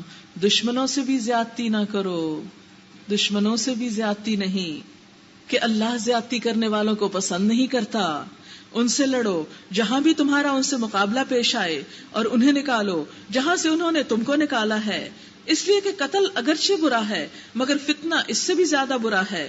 اور مسجد حرام کے قریب جب تک وہ تم سے نہ لڑیں تم بھی نہ لڑو، مگر جب وہ وہاں لڑنے سے نہ چوکیں تو تم بھی بے تکلف انہیں مارو، کہ ایسے کافروں کی یہی سزا ہے. پھر اگر وہ باز آ جائیں تو جان لو کہ اللہ معاف کرنے والا اور رحم فرمانے والا ہے. تم ان سے لڑتے رہو یہاں تک کہ فتنہ باقی نہ رہے. گویا اسلام میں جنگ کی اصل روح کیا ہے؟ جنگ کیوں کرو؟ فتنے کو ختم کرنے کے لیے. بعض لوگ اعتراض کرتے نا کہ اسلام تلوار کے زور سے پھیلا اور اسلام نے دنیا کو اپنے قبضے میں کر لیا. تو بات یہ تھی کہ اس کا مقصد کیا تھا؟ کہ ان لوگوں کے اوپر جو ظلم و ستم ان کے بادشاہ اور امراء ڈال رہے تھے، اس ظلم سے انسانیت کو نجات دی جائے. یا یہ کہ تمہارے اوپر کوئی ظلم ڈھانے کے لیے آئے تو اس کے ہاتھ پکڑ لو. اسلام میں کوئی بخشوازم نہیں کہ تمہیں ایک مارے تو تم دوسرے بھی مار کھانے کے لیے تیار ہو جاؤ اور دین اللہ کے لیے ہو جائے. پھر اگر وہ باز آ جائیں تو سمجھ لو کہ ظالموں کے سوا اور کسی پر دست درازی روا نہیں. ماہ حرام کا بدلہ ماہ حرام ہی ہے اور تمام حرمتوں کا لحاظ برابری کے ساتھ ہوگا. لہٰذا جو تم پر دست درازی کرے تم بھی اس پر اسی طرح دست درازی کرو. البتہ اللہ سے ڈرتے رہو اور یہ جان رکھو کہ اللہ انہی لوگوں کے ساتھ ہے جو اس کی حدود توڑنے سے پرہیز کرتے ہیں. وَأَنفِقُوا فِي سَبِيلِ اللَّهِ، اور اللہ کی راہ میں خرچ کرو.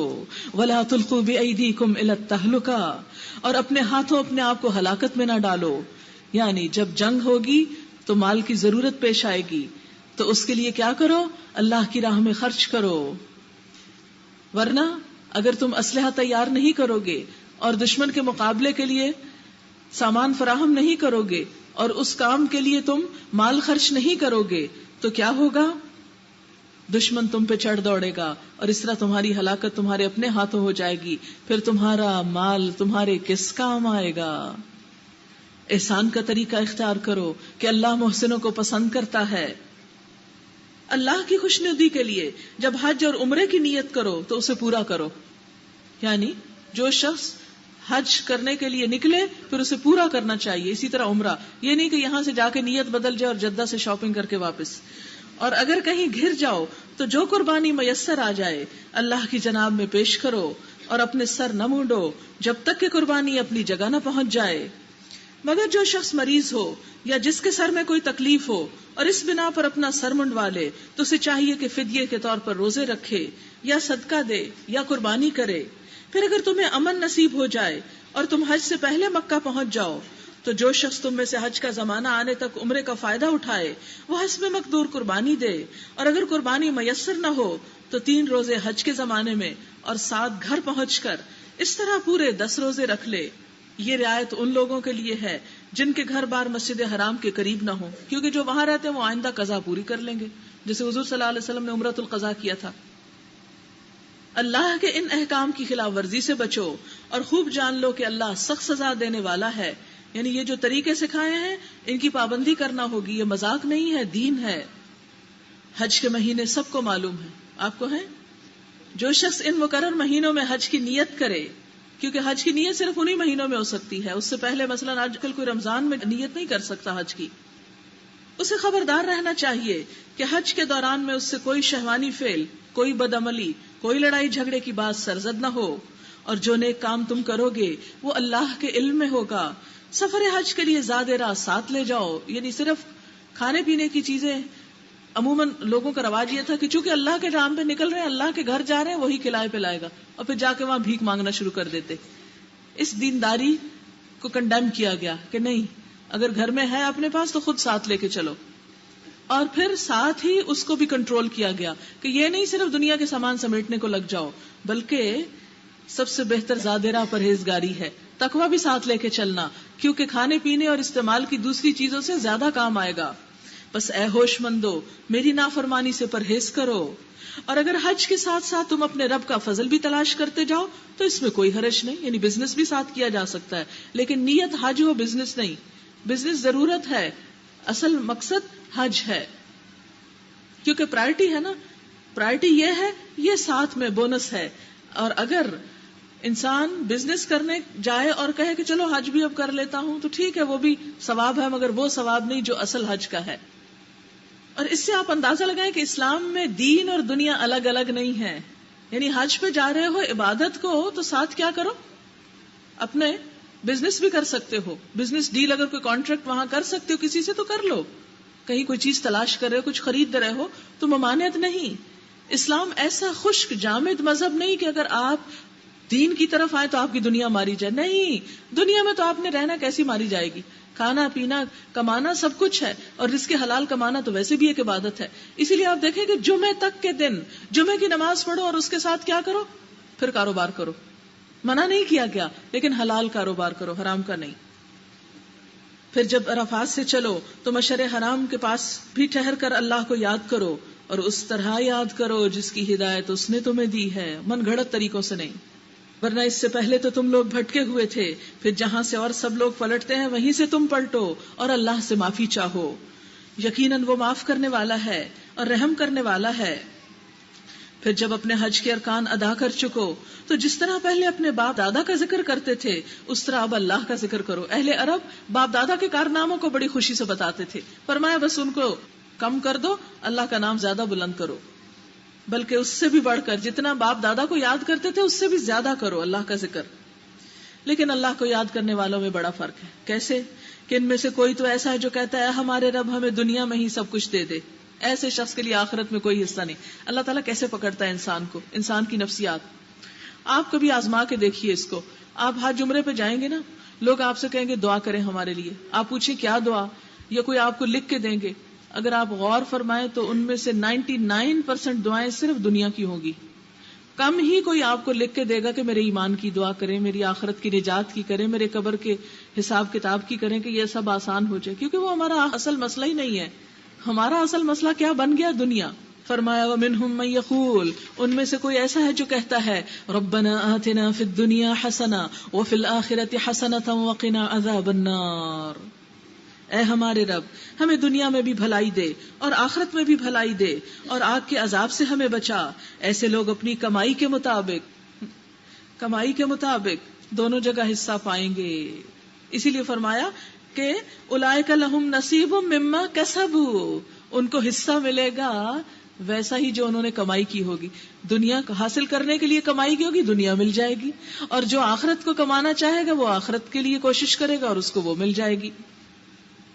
اور اللہ کو حساب چکاتے کچھ دیر نہیں لگتی. یہ گنتی کے چند روز ہیں، جیسے روزے چند روز ہیں ایسے حج کے بھی چند روز ہیں جو تمہیں اللہ کی یاد میں بسر کرنے چاہیے. وہاں جا کے صرف شاپنگ نہیں بلکہ اللہ کی یاد بھی. پھر جو کوئی جلدی کر کے 2 ہی دن میں واپس ہو گیا تو کوئی حرج نہیں، یعنی مینا سے. اور جو کچھ دیر زیادہ ٹھہر کے پلٹا تو بھی کوئی حرج نہیں، بشرطے کہ یہ دن اس نے تقوی کے ساتھ بسر کیے ہوں. اللہ کی نافرمانی سے بچو، خوب جان رکھو کہ ایک روز اس کے حضور میں تمہاری پیشی ہونے والی ہے. انسانوں میں سے کوئی ایسا ہے جس کی باتیں دنیا کی زندگی میں تمہیں بہت بھلی معلوم ہوتی ہیں اور اپنی نیک نیتی پر وہ بار بار خدا کو گواہ ٹھہراتا ہے، قسمیں کھا کھا کے باتیں کرتا ہے. عموماً ہمارے لیڈرز کا یہ حال ہوتا ہے. مگر حقیقت میں وہ بدترین دشمن حق ہوتا ہے. جب اسے اقتدار حاصل ہو جاتا ہے تو زمین میں اس کی ساری دوڑ دھوپ اس لیے ہوتی ہے کہ فساد پھیلائے، کھیتوں کو غارت کرے، نسل انسانی کو تباہ کرے، حالانکہ اللہ جسے وہ گواہ بنا رہا تھا فساد کو ہرگز پسند نہیں کرتا.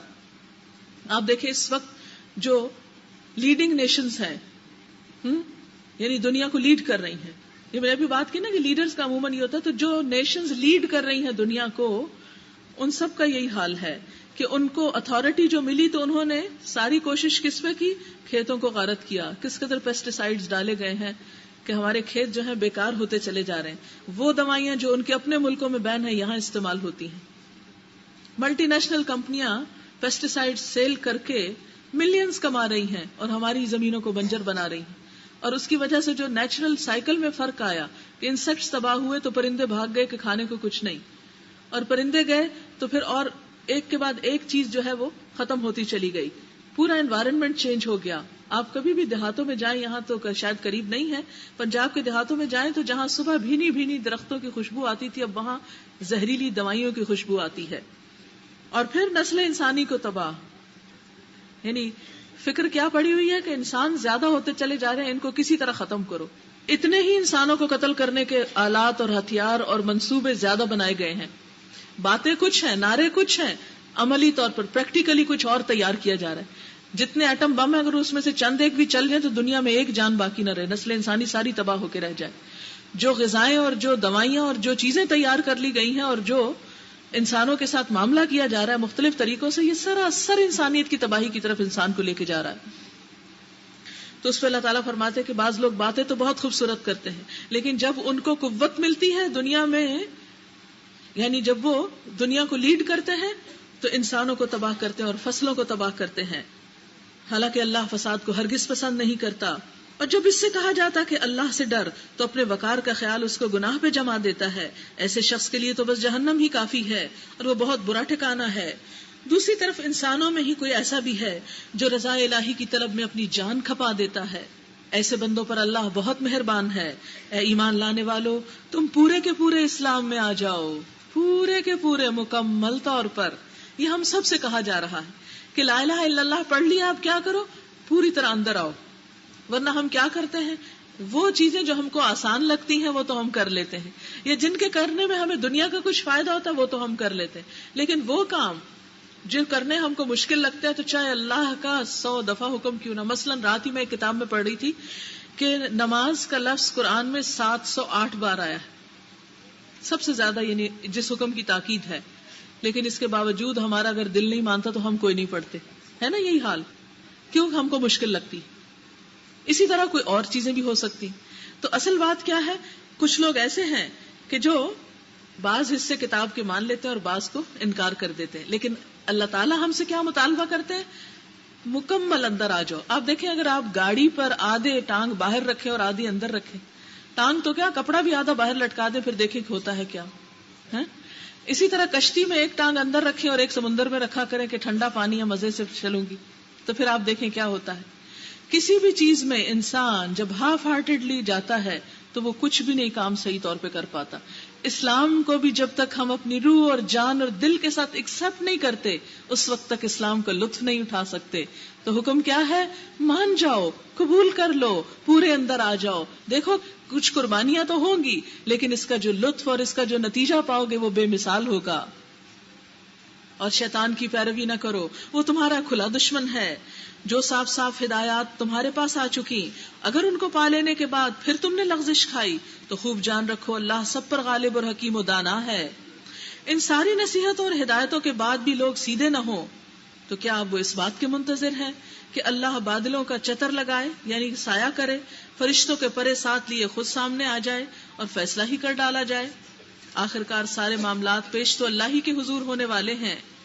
بنی اسرائیل سے پوچھو کیسی کھلی کھلی نشانیاں ہم نے انہیں دکھائی ہیں. پھر یہ بھی انہی سے پوچھ لو کہ اللہ کی نعمت پانے کے بعد جو قوم اس کو شقاوت سے بدلتی ہے اللہ اسے کیسی سخت سزا دیتا ہے. جن لوگوں نے کفر کی راہ اختیار کی ہے ان کے لیے دنیا کی زندگی بڑی دل پسند بنا دی گئی ہے. یعنی کافروں کے لیے جنت کہاں ہے؟ دنیا ہی میں ہے، لہٰذا وہ پوری طرح اس کی اٹریکشن کا شکار ہیں. بندہ مومن ان سب چیزوں کو صرف استعمال کی نظر سے دیکھتا ہے. مثلا ہم سب یہاں آتے ہیں روز، کتنا خوبصورت ہال ہے، کتنے بڑے بڑے کمکمے لگے ہوئے ہیں، کتنی خوبصورت دیواریں، بڑا اچھا پلیزنٹ ایٹماسفیئر ہے. یہاں آنے کا اگر مقصد کسی کا یہ ہو کہ میں ذرا اچھے ایٹماسفیئر میں 2 گھنٹے گزار دوں تو یہ اس کی نالائقی ہوگی. اور اگر کوئی اس لیے آتا ہے کہ ایک اچھے فضا میں بیٹھ کے زیادہ اچھی طرح قرآن سمجھ لوں تو یہ ماحول اس کے لیے اللہ کی ایک نعمت ہے، ایک شکر گزاری ہے. تو دین کے معاملے میں کسی بھی اچھی چیز کو استعمال کرنا ناپسندیدہ نہیں. ہاں بات یہ کہ آپ اس میں نہ کھو کے رہ جائیں، اس میں نہ اٹک کے رہ جائیں. اصل چیز کس پہ کنسنٹریشن رکھیں کہ جس مقصد کے لیے میں آتی ہوں وہ کیا ہے. ہو سکتا ہے کہ کسی دن ہمیں یہاں اندر نہیں باہر بٹھایا جائے، تو اس صورت میں بھی ہمیں اس لیے نہیں گھر واپس چلے جانا کہ نہیں میں تو وہ کمکمے دیکھنے کو آتی تھی، وہ شینڈلیئر دیکھتی تھی، وہ آج ہے نہیں تو میں کس لیے جاؤں اندر. نہیں، کوئی ہم کو سڑک پر بھی بٹھا دے تو ہمیں تو وہاں بھی بیٹھنا ہے، اللہ کی بات کرنی ہے، اس سے کوئی فرق نہیں پڑتا.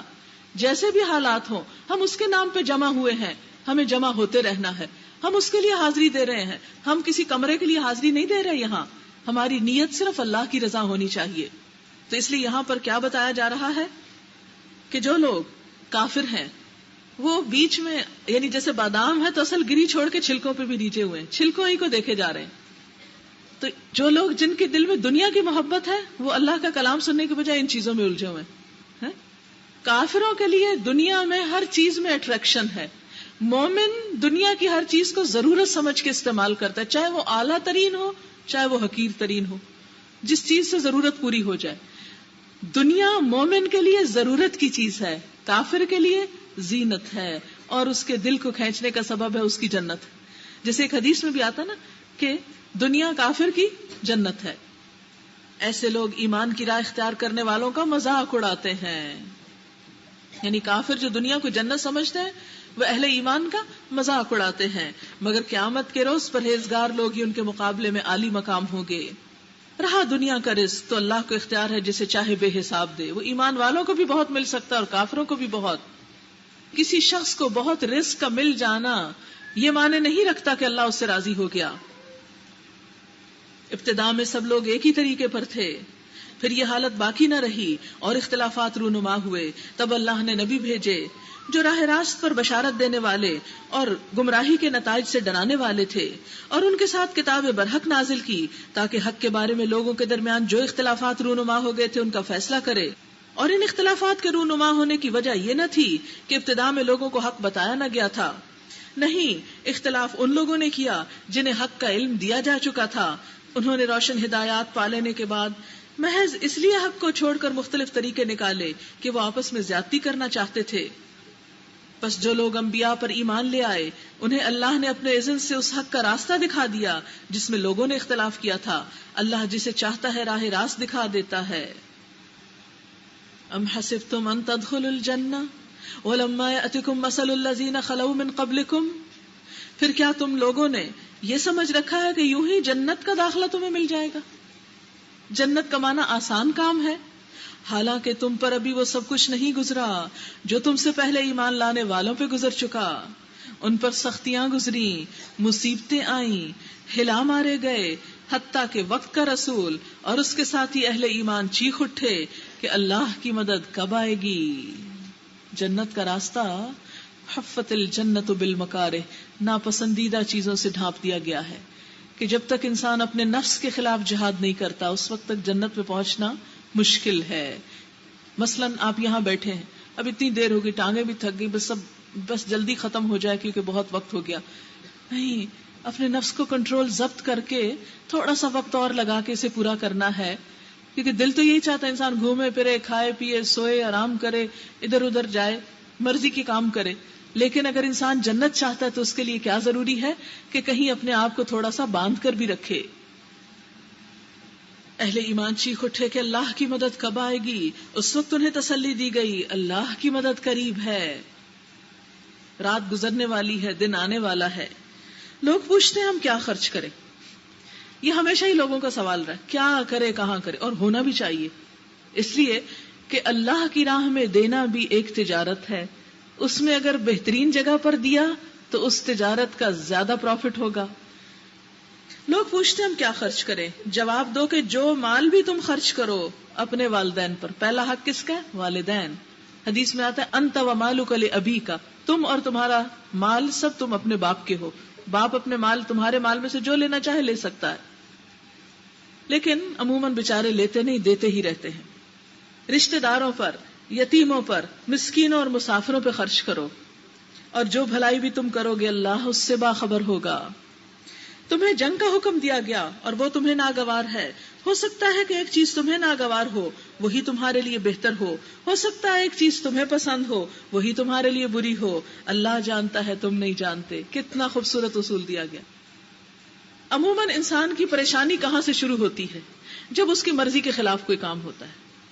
ہم ایک کام کرنا چاہتے تھے، وہ نہیں ہوا، بس اب تو آ گئی قیامت. کیوں نہیں ہوا؟ ہماری مرضی کے خلاف کیوں ہو گیا؟ تو اس موقع پر انسان کو کیا سکھایا گیا؟ ہو سکتا ہے ایک کام تمہیں بہت پسند ہو، تمہاری اس میں بہت مرضی ہو، لیکن الٹیمیٹلی وہ تمہارے حق میں اچھا نہ ہو. کیوں؟ اس لیے کہ تم تو صرف ظاہر دیکھ رہے ہو، پیچھے کی چیز تم کو نظر نہیں آ رہی. جیسے اس وقت ہماری لمیٹڈ آئیز کو اس کمرے کے باہر کی چیز نظر نہیں آ رہی ہے نا. تو ایسی صورت میں انسان کو کیا کرنا چاہیے کہ اگر کوئی پسندیدہ چیز نہ ملے تو صبر، اللہ کا فیصلہ قبول. اور اگر کوئی چیز پسندیدہ چلی جائے تو بھی اللہ کا فیصلہ، کوئی بات نہیں، اسی میں بھلائی ہوگی.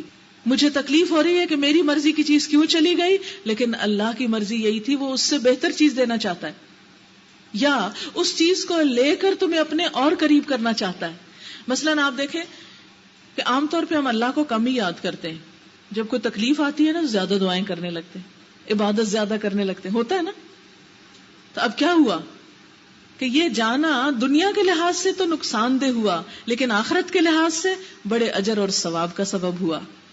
تو اس لیے کوئی چیز آئے یا جائے، بندہ مومن اللہ کی رضا اور فیصلے پہ راضی رہتا ہے، اور وہ ہر حال میں مطمئن ہوتا ہے. وہ گلے شکوے کر کر کے اپنے اجر ضائع نہیں کرتا. کیوں لے لیا اللہ نے یہ، کیوں ایسا ہو گیا، وہ کیوں ہو گیا، ہر چیز پہ کیوں نہیں، اللہ کا فیصلہ ہے. اور غم تو کہتے ہی ہیں اللہ اور بندے کی مرضی کے فرق کو. جب اللہ کچھ چاہتا ہے اور بندہ کچھ اور چاہتا ہے تو اریٹیشن پیدا ہوتی، بے چینیاں جنم لیتی ہیں، ڈپریشن آتے ہیں، غم ہوتا ہے. جب انسان اللہ کی مرضی پہ اپنے آپ کو راضی کر لیتا ہے، اللہ تو نے یہ چاہا، میں بھی یہی چاہتی ہوں، میں راضی ہوں اے میرے رب. آپ دیکھیں چوٹ لگے گی بھی تو جلدی مرہم لگ جائے گا. اور اگر آپ کہیں نہیں میں نہیں راضی، میں نہیں راضی، نہ رہے راضی. ہونا تو وہی ہے جو اللہ نے چاہا. تمہارے چاہنے سے وہ بدل تو نہیں جائے گا، لیکن اجر بھی کوئی ہاتھ نہیں آئے گا. لوگ پوچھتے ہیں ماہ حرام میں لڑنا کیسا ہے؟ کہو اس میں لڑنا بہت برا ہے، مگر راہ خدا سے لوگوں کو روکنا اور اللہ سے کفر کرنا اور مسجد حرام کا راستہ خدا پرستوں پر بند کرنا، حرم کے رہنے والوں کو وہاں سے نکالنا، اللہ کے نزدیک اس سے بھی زیادہ برا ہے. اور فتنہ خون ریزی سے شدید تر ہے. والفتنۃ اکبر من القتل، قتل کتنا بڑا گناہ ہے، لیکن فساد پھیلانا اس سے بڑا گناہ ہے کہ لوگوں کا چین لوٹ لیا جائے. اور وہ تو تم سے لڑتے ہی جائیں گے حتیٰ کہ ان کا بس چلے تو تمہیں اس دین سے پھیر لے جائیں. خوب سمجھ لو کہ تم میں سے جو کوئی اس دین سے پھرے گا اور کفر کی حالت میں جان دے گا، اس کے اعمال دنیا اور آخرت دونوں میں ضائع ہو جائیں گے. ایسے سب لوگ جہنمی ہیں اور جہنم میں ہمیشہ رہیں گے. بخلاف اس کے جو لوگ ایمان لائے اور جنہوں نے خدا کی راہ میں اپنا گھر بار چھوڑا اور جہاد کیا، جنہوں نے خدا کی راہ میں گھر بار چھوڑا اور جہاد کیا، وہ رحمت الہی کے جائز امیدوار ہیں، اور اللہ ان کی لغزشوں کو معاف کرنے والا اور اپنی رحمت سے انہیں نوازنے والا ہے. پوچھتے ہیں شراب اور جوئے کا کیا حکم ہے؟ کہو ان دونوں چیزوں میں بڑی خرابی ہے. لوگ کہتے ہیں کہاں لکھا ہے قرآن میں حرام ہے؟ یہ جو کہا گیا بڑی خرابی ہے، بڑا گناہ ہے، تو یہ ثواب کی بات ہے، یہ پھر حلال ہے. کوئی بھی گناہ والی چیز حلال ہوتی ہے؟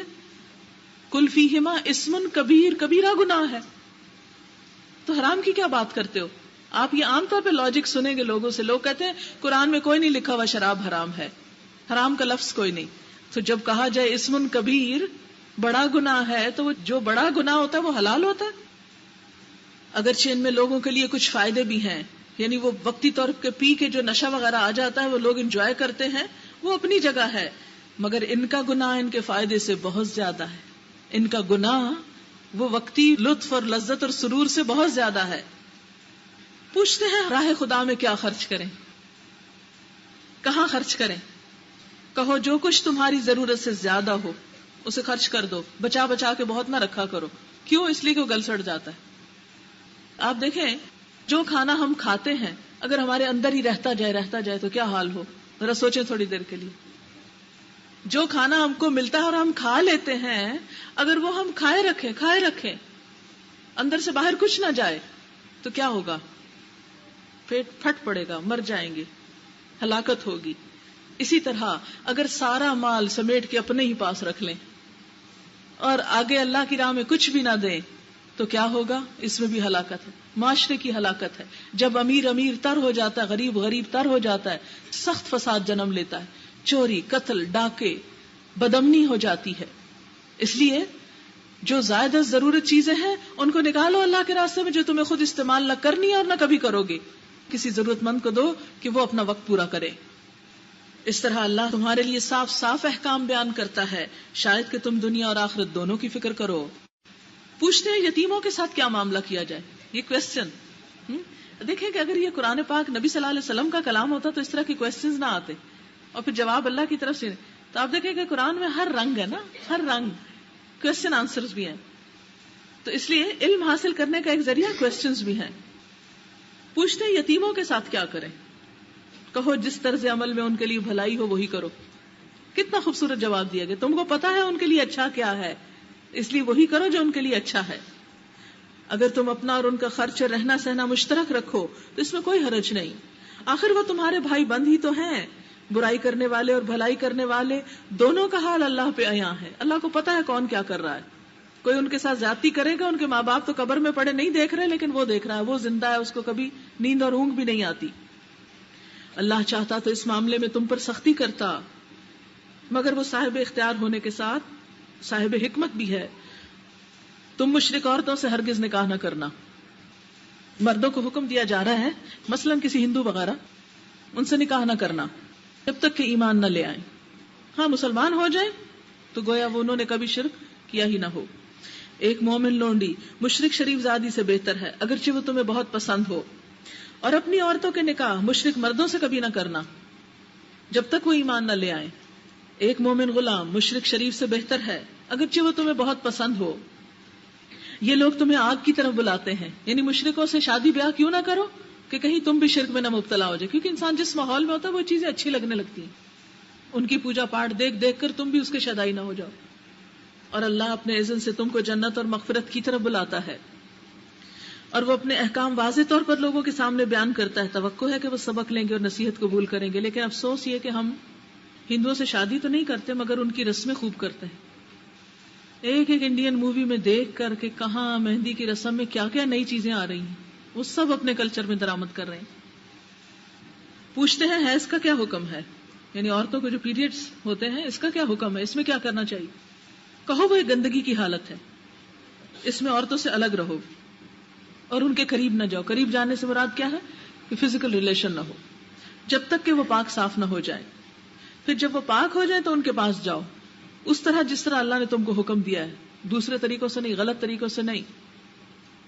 اللہ ان لوگوں کو پسند کرتا ہے جو برائی سے باز رہیں اور پاکیزگی اختیار کریں. تمہاری عورتیں تمہاری کھیتیاں ہیں. اس پر عورتیں بڑا غضبناک ہوتی. ہمیں کھیت سے تشبیہ دی. آپ دیکھیں کہ کبھی کھیت میں جا کے کسی کا دل نہیں خوش ہوا. کھیت قیمتی چیز نہیں ہے. زمین پر تو لوگ جان دے دیتے ہیں. اور جب اتنی قیمتی چیز سے آپ دیکھیں دنیا میں سب سے زیادہ جو ایکسپینسو چیز ہے، ویلیوبل، وہ کیا ہے؟ پراپرٹی، زمین، لینڈ. تو عورت کو اتنی قیمتی چیز سے تشبیہ دی جا رہی ہے اور عورتیں ناراض ہیں. شیطان کیسے کیسے ورغلاتا ہے. پھر آپ دیکھیں کہ اس پر جو پیداوار ہوتی ہے اس سے کیا دل خوش ہوتا ہے. کسی باغ میں چلے جائیں، کسی کھیت میں چلے جائیں، اور اگر واقعی بہت خراب چیز ہے تو آپ کے نام اگر کوئی پراپرٹی تو چھوڑ دیں اس کو ایسے ہی. فرمائیں جس طرح چاہو اپنی کھیتی میں جاؤ. مراد اس سے یہ کہ شوہر کو اجازت دی گئی کہ وہ اپنی بیوی کو ایک قیمتی چیز سمجھ کے رکھے، اور بیوی شوہر کے دل بہلانے کا بھی ایک ذریعہ. اور اس میں بھی عورتیں ناراض ہوتی. کیوں؟ تو آپ دیکھیں کہ عورت کی فطرت میں ہے بننا سنورنا، خوبصورت لگنا. اگر وہ خوبصورت لگتی ہے اپنے شوہر کے لیے تو انجوائبل چیز ہے، اس میں ناراضگی کی کیا بات ہے. اگر مرد کے لیے مقابل مرد ہوتا تو زیادہ اچھی بات تھی. داڑھی مونچھوں والا اس کے سامنے ایک اور ہوتا تو زیادہ اچھا تھا. نہیں، اللہ نے عورت کو خوبصورت لطیف جذبات کے ساتھ رکھا، حسین بنایا، اور عورت کے اندر ایک فطری جذبہ رکھا بننے سنورنے کا. تو وہ عورتیں جو عورت کی بجائے مرد بن کے جینا چاہتی ہیں وہ اپنے آپ کو بڑی نعمتوں سے محروم کرتی ہیں. اس لیے کبھی احساس کمتری میں مبتلا نہ ہو اور مرد بننے کی کوشش نہ کریں. عورت عورت بن کر ہی خوبصورت نظر آتی ہے، عورت عورت بننے میں ہی اس کی زندگی زیادہ اہم ہے. وہ عورتیں جو فزیکلی یا اپنے کسی بھی کام کے اعتبار سے مرد کے مقابل آنا چاہتی ہیں، وہ اپنی حیثیت، اپنی شخصیت، اپنی پرسنالٹی کو گنوا بیٹھتی ہیں. اس لیے عورت کا اصل حسن عورت ہونا ہے، اور اسی میں اس کو قدر کرنی چاہیے. یہ مغرب نے اس کے اندر احساس کمتری پیدا کر دیا اور اس کو مرد سے کمپیئر کیا. کیوں؟ ہم تو ایک انڈیویجول ہیں، ہم کیوں کمپیئر کریں مرد سے اپنے آپ کو؟ کیا ہم اپنے آپ کو فرشتوں سے کمپیئر کریں؟ نہیں، ہمیں تو فرشتوں سے سجدہ کروائے گا. ہم تو فرشتے بھی نہیں بننا چاہتے، اس سے زیادہ افضل ہیں. ہم جن بھی نہیں بننا چاہتے، ہم جانور بھی نہیں بننا چاہتے. ہمیں تو اللہ نے انسان بنایا اور مرد اور عورت دو شکل میں اٹھایا، ہمیں انڈیویجول الگ بنایا. ہمیں کوئی ضرورت نہیں کہ ہم مرد بننے کی کوشش کریں، مگر اپنے مستقبل کی فکر کرو اور اللہ کی ناراضگی سے بچو. خوب جان لو کہ تمہیں ایک دن اس سے ملنا ہے. اے نبی صلی اللہ علیہ وسلم، جو تمہاری ہدایات کو مان لیں انہیں فلاح اور کامیابی کا مجدہ سنا دو. اللہ کے نام کو ایسی قسمیں کھانے کے لیے استعمال نہ کرو جن سے مقصود نیکی اور تقوی اور بندگان خدا کی بھلائی کے کاموں سے باز رہنا ہو. یعنی کسی ایسی بات پہ قسم نہیں کھانی چاہیے کہ میں نیکی کا فلاں کام نہیں کروں گی. قسم کھائیں کسی موقع پر، نیکی سے رکنے کی قسم نہیں کھانی چاہیے کبھی بھی. اللہ تمہاری ساری باتیں سن رہا ہے، وہ سب کچھ جانتا ہے. جو بے معنی قسمیں تم بلا ارادہ کھا لیتے ہو اللہ ان پہ گرفت نہیں فرماتے. نہیں جو قسم سے ایسے نہیں، قسم سے ویسے نہیں، جو تکیہ کلام کے طور پہ قسم ہے اس پہ پکڑ نہیں، لیکن ارادتاً کھائی ہوئی قسم پہ پکڑ. مگر جو قسمیں تم سچے دل سے کھاتے ہو ان کی باس پرس وہ ضرور کرے گا. اللہ بہت درگزر کرنے والا اور بردبار ہے. جو لوگ اپنی عورتوں سے تعلق نہ رکھنے کی قسم کھا بیٹھتے ہیں ان کے لیے 4 مہینے کی وارننگ، مہلت. 4 مہینے انتظار ہوگا اور بس. یعنی اگر کوئی شوہر یہ قسم کھا لے، پہلے تو کہا نا ایسی قسم نہیں کھاؤ، اگر کوئی شوہر یہ کھائے میں اپنی بیوی سے نہیں بات کروں گا، پر میں اب 4 مہینے تک انتظار ہے. اگر رجوع کر لو، بات کرنا شروع کر دو تو اللہ معاف کرنے والا اور رحیم ہے. اور اگر انہوں نے طلاق ہی کی ٹھان لی ہو تو پھر طلاق دے دو، اور پھر جان لو کہ اللہ سب کچھ سنتا اور جانتا ہے. یعنی عورت کو 4 مہینے سے زیادہ لٹکایا نہیں جا سکتا کہ ایک شوہر اس سے بات بھی نہ کرے اور نہ اس کے حقوق ادا کرے. یا تو اس کے پورے حقوق دینے ہوں گے، یا پھر یہ آسان طریقے سے الگ کرنا ہوگا، یا اس سے بات چیت کرنی ہوگی. جن عورتوں کو طلاق دی گئی ہو وہ 3 مرتبہ ایام ماہواری آنے تک اپنے آپ کو روکے رکھے عدت. ان کے لیے جائز نہیں کہ اللہ نے ان کے رحم میں جو کچھ پیدا فرمایا ہو اسے چھپائیں. یہ 3 مہینے کی مدت اسی لیے رکھی گئی کہ اگر وہ پریگننٹ ہے تو پریگننسی واضح ہو جائے. انہیں ہرگز ایسا نہ کرنا چاہیے کہ وہ اس پریگننسی کو لیے کسی اور مرد سے نکاح کر لیں. عدت میں نکاح حرام ہے. کیوں؟ ہو سکتا ہے کہ وہ بچہ کسی کا اور کسی اور کے نام جا منسوب ہو.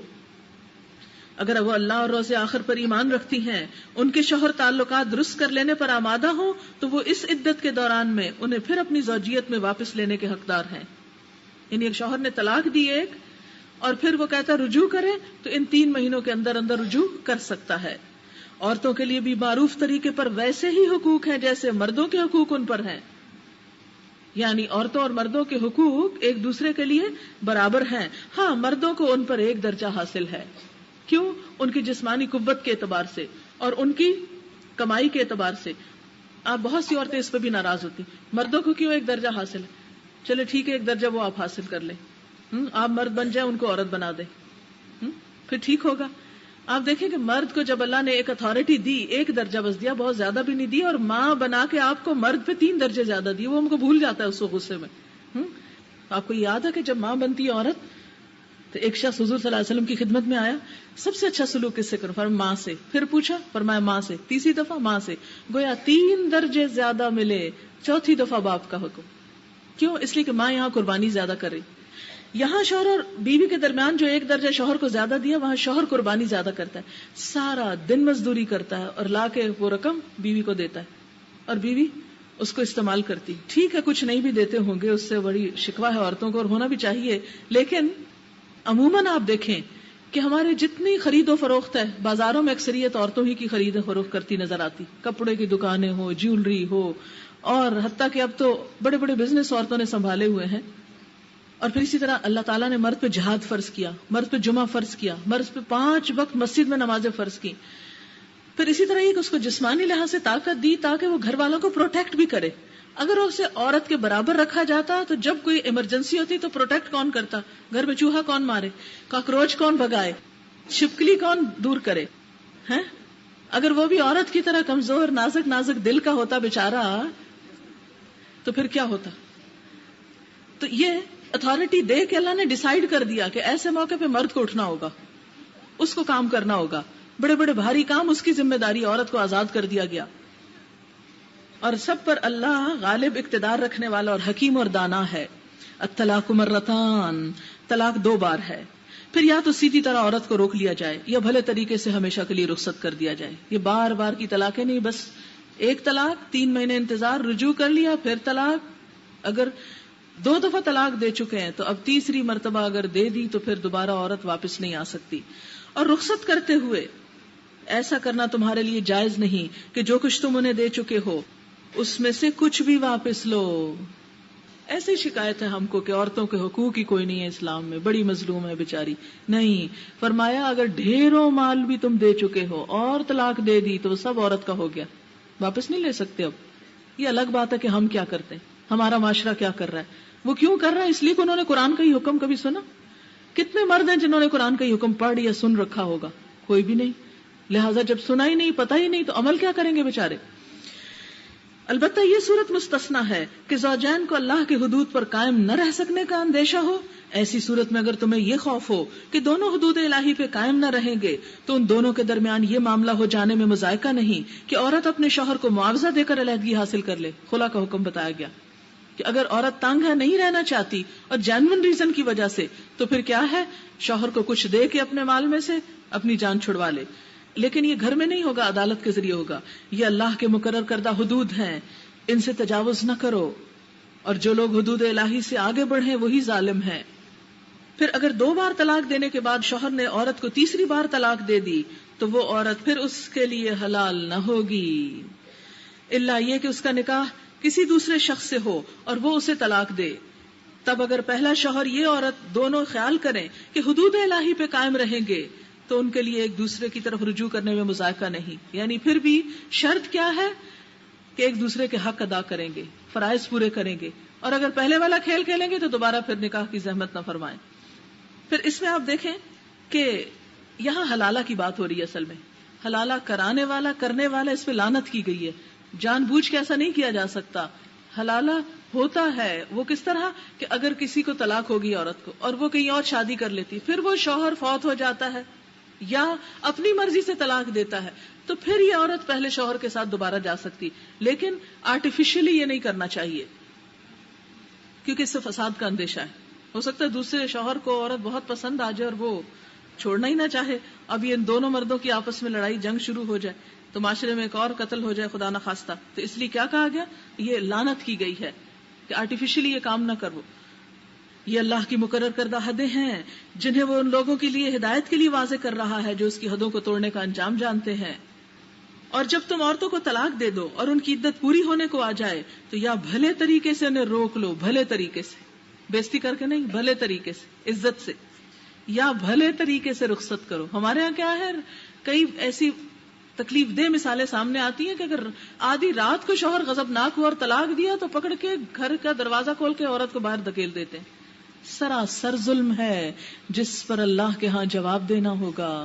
قرآن پاک میں آتا ہے وَإِذَا الْمَوْءُودَةُ سُئِلَتْ بِأَيِّ ذَنبٍ قُتِلَتْ، جب زندہ گاڑی ہوئی لڑکی سے پوچھا جائے گا کس گناہ کے جرم میں اسے زندہ گاڑا گیا، تو کیا گھر سے نکالی عورت کے اس سے نہیں پوچھا جائے گا تمہیں کس قصور میں اس طرح آدھی رات کو باہر دھکا دیا گیا. تو اس لیے مردوں کو اگرچہ اللہ نے طاقت دی اور ایک درجہ دیا، لیکن اس کا یہ مطلب نہیں کہ وہ عورت کو ذلیل کر کے گھر سے نکالیں.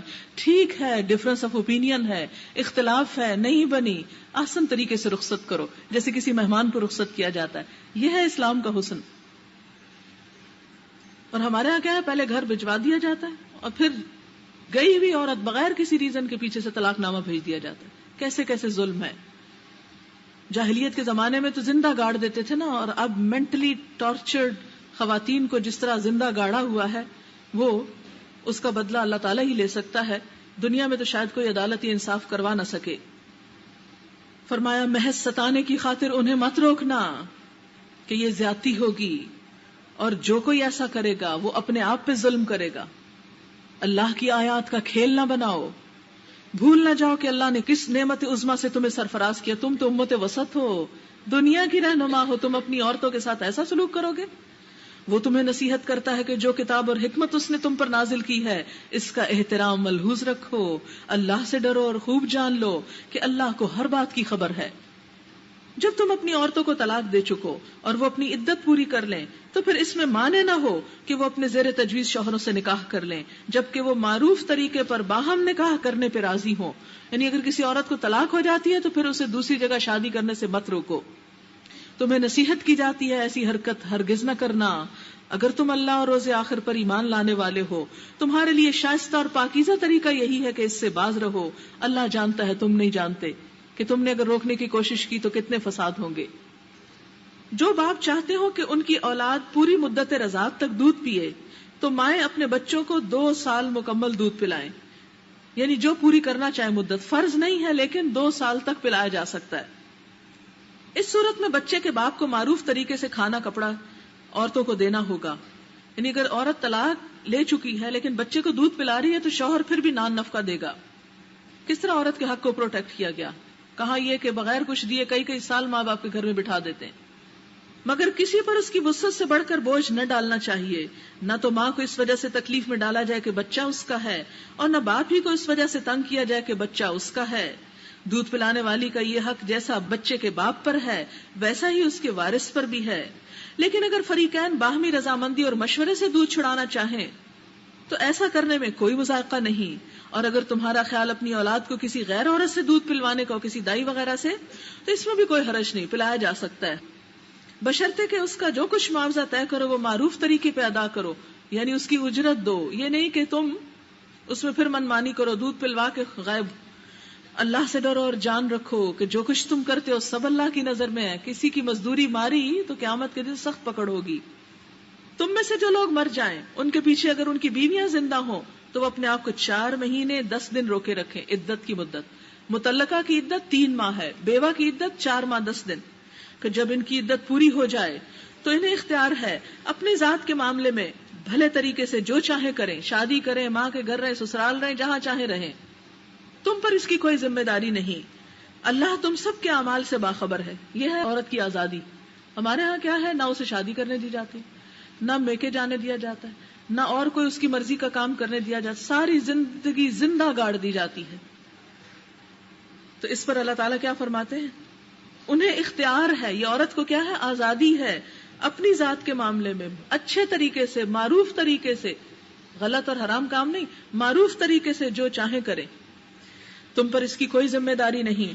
اللہ تم سب کے اعمال سے باخبر ہے. زمانہ عدت میں خواہ تم ان عورتوں کے ساتھ منگنی کا ارادہ اشارے کنائے میں کرو, خواہ دل میں چھپائے رکھو, دونوں صورتوں میں کوئی مذائقہ نہیں. یعنی عدت میں شادی تو نہیں ہو سکتی, نکاح نہیں ہو سکتا, لیکن پروپوز کیا جا سکتا ہے. اللہ جانتا ہے کہ ان کا خیال تو تمہارے دل میں آئے گا ہی. یعنی دل کے خیالات پہ پکڑ نہیں. بعض اوقات ایسا ہوتا ہے نا کہ کوئی مرد کسی عورت سے شادی کرنا چاہتا ہے لیکن اتفاق ایسا ہوتا ہے وہ کہیں اور بیاہی جاتی, پھر اتفاق ایسا ہو جاتا ہے وہ شوہر فوت ہو جاتا ہے یا طلاق ہو جاتی. اب یہ پہلے والا جو مرد ہے وہ پھر اس عورت سے شادی کرنا چاہتا ہے تو اب کیا اسے انتظار کرنا ہوگا 4 ماہ 10 دن, پھر اس کے بعد اس سے شادی کرنی ہوگی. لیکن اگر اس کا خیال آ رہا ہے دل میں یا اسے اشارے کنائے میں پروپوز کیا جا رہا ہے تو اس میں کوئی حرج نہیں, اس میں گناہ کی بات نہیں, کیونکہ دل تو اللہ کے اختیار میں ہے. مگر دیکھو خفیہ عہد و پیمان نہ کرنا, چھپ کے دوستی نہ کرنا. اگر کوئی بات کرنی ہے تو معروف طریقے سے کرو, اور عقد نکاح باندھنے کا فیصلہ اس وقت تک نہ کرو جب تک کہ عدت پوری نہ ہو جائے. خوب سمجھ لو کہ اللہ تمہارے دلوں کا حال جانتا ہے, لہٰذا اس سے ڈرو. اور یہ بھی جان لو کہ اللہ بردبار ہے, چھوٹی چھوٹی باتوں سے درگزر فرماتا ہے. تم پر کچھ گناہ نہیں اگر اپنی عورتوں کو طلاق دے دو قبل اس کے کہ ہاتھ لگانے کی نوبت آئی یا مہر مقرر ہو. یعنی خالی نکاح ہوا تھا پیپر پہ, رخصتی نہیں ہوئی, لڑکی باہر تھی یا لڑکا کہیں اور دوسرے ملک میں تھا, اور اب کیا ہوا, بعض اوقات مہر مقرر ہوتا ہے بعض اوقات نہیں, تو اس صورت میں بھی انہیں کچھ نہ کچھ ضرور دینا چاہیے. یعنی دونوں نے ایک دوسرے کی شکل نہیں دیکھی, صرف پیپر پہ یا کسی بھی طریقے سے نکاح ہوا, تو پھر بھی کیا ہے, پھر بھی عورت کو کچھ ملے, کیونکہ وہ اس کے نام کے ساتھ جو وابستہ ہوئی تھی. کس طرح اللہ تعالیٰ عورتوں کے حقوق پروٹیکٹ کر رہا ہے. خوشحال آدمی اپنی قدرت کے مطابق، غریب اپنی قدرت کے مطابق معروف طریقے سے دے، ذلیل رسوا کر کے نہیں. یہ حق ہے نیک آدمیوں پر. اور اگر تم نے ہاتھ لگانے سے پہلے طلاق دے دی لیکن مہر مقرر ہو چکا تو اس صورت میں آدھا مہر دینا ہوگا، خواہ رخصتی کے بغیر ہی طلاق ہو.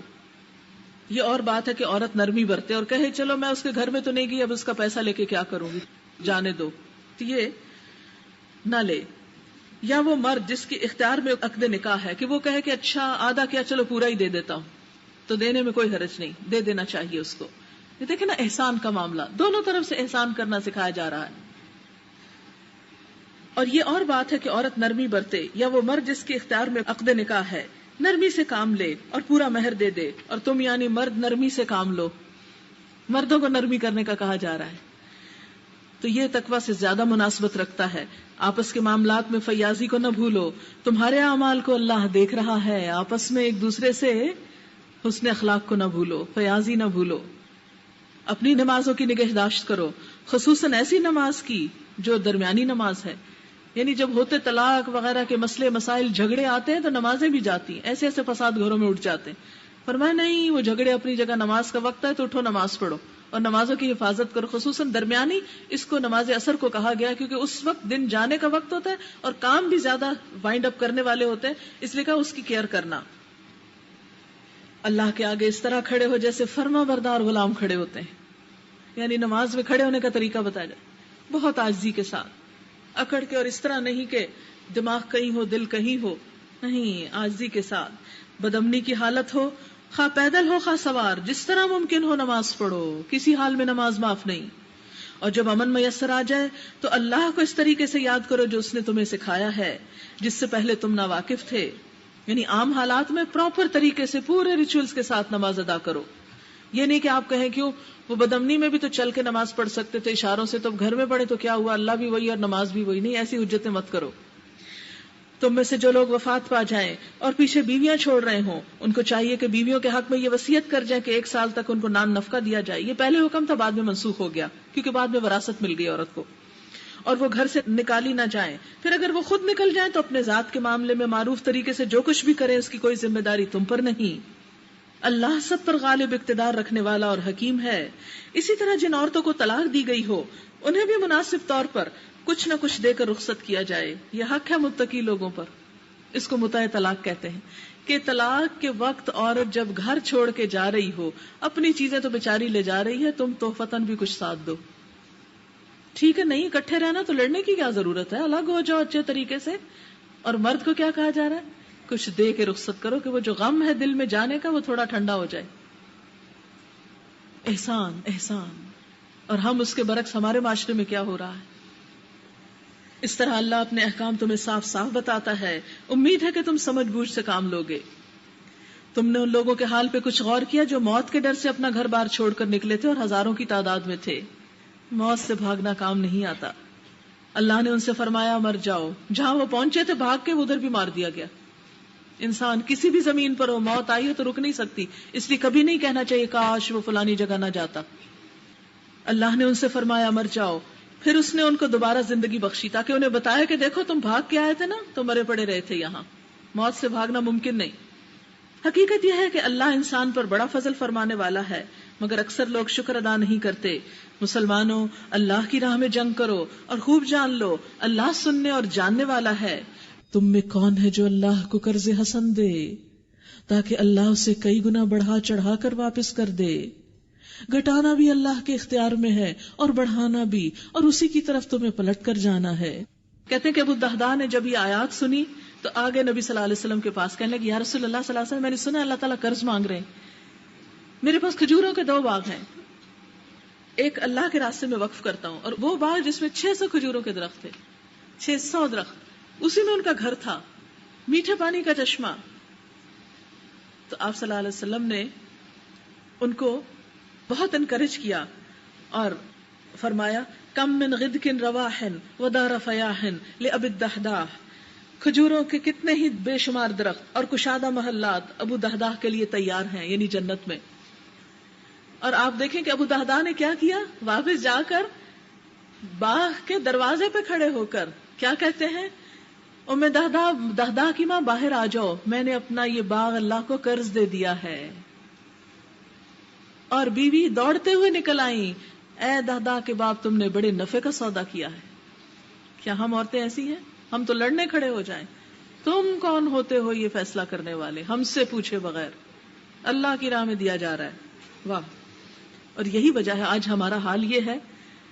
صحابہ کرام میں سے ہر ایک کچھ نہ کچھ اللہ کی راہ میں ضرور وقف کرتا تھا، اور ہمارا حال یہ ہے کہ ہم سب کچھ دنیا کے لیے سمیٹ کے رکھنا چاہتے ہیں.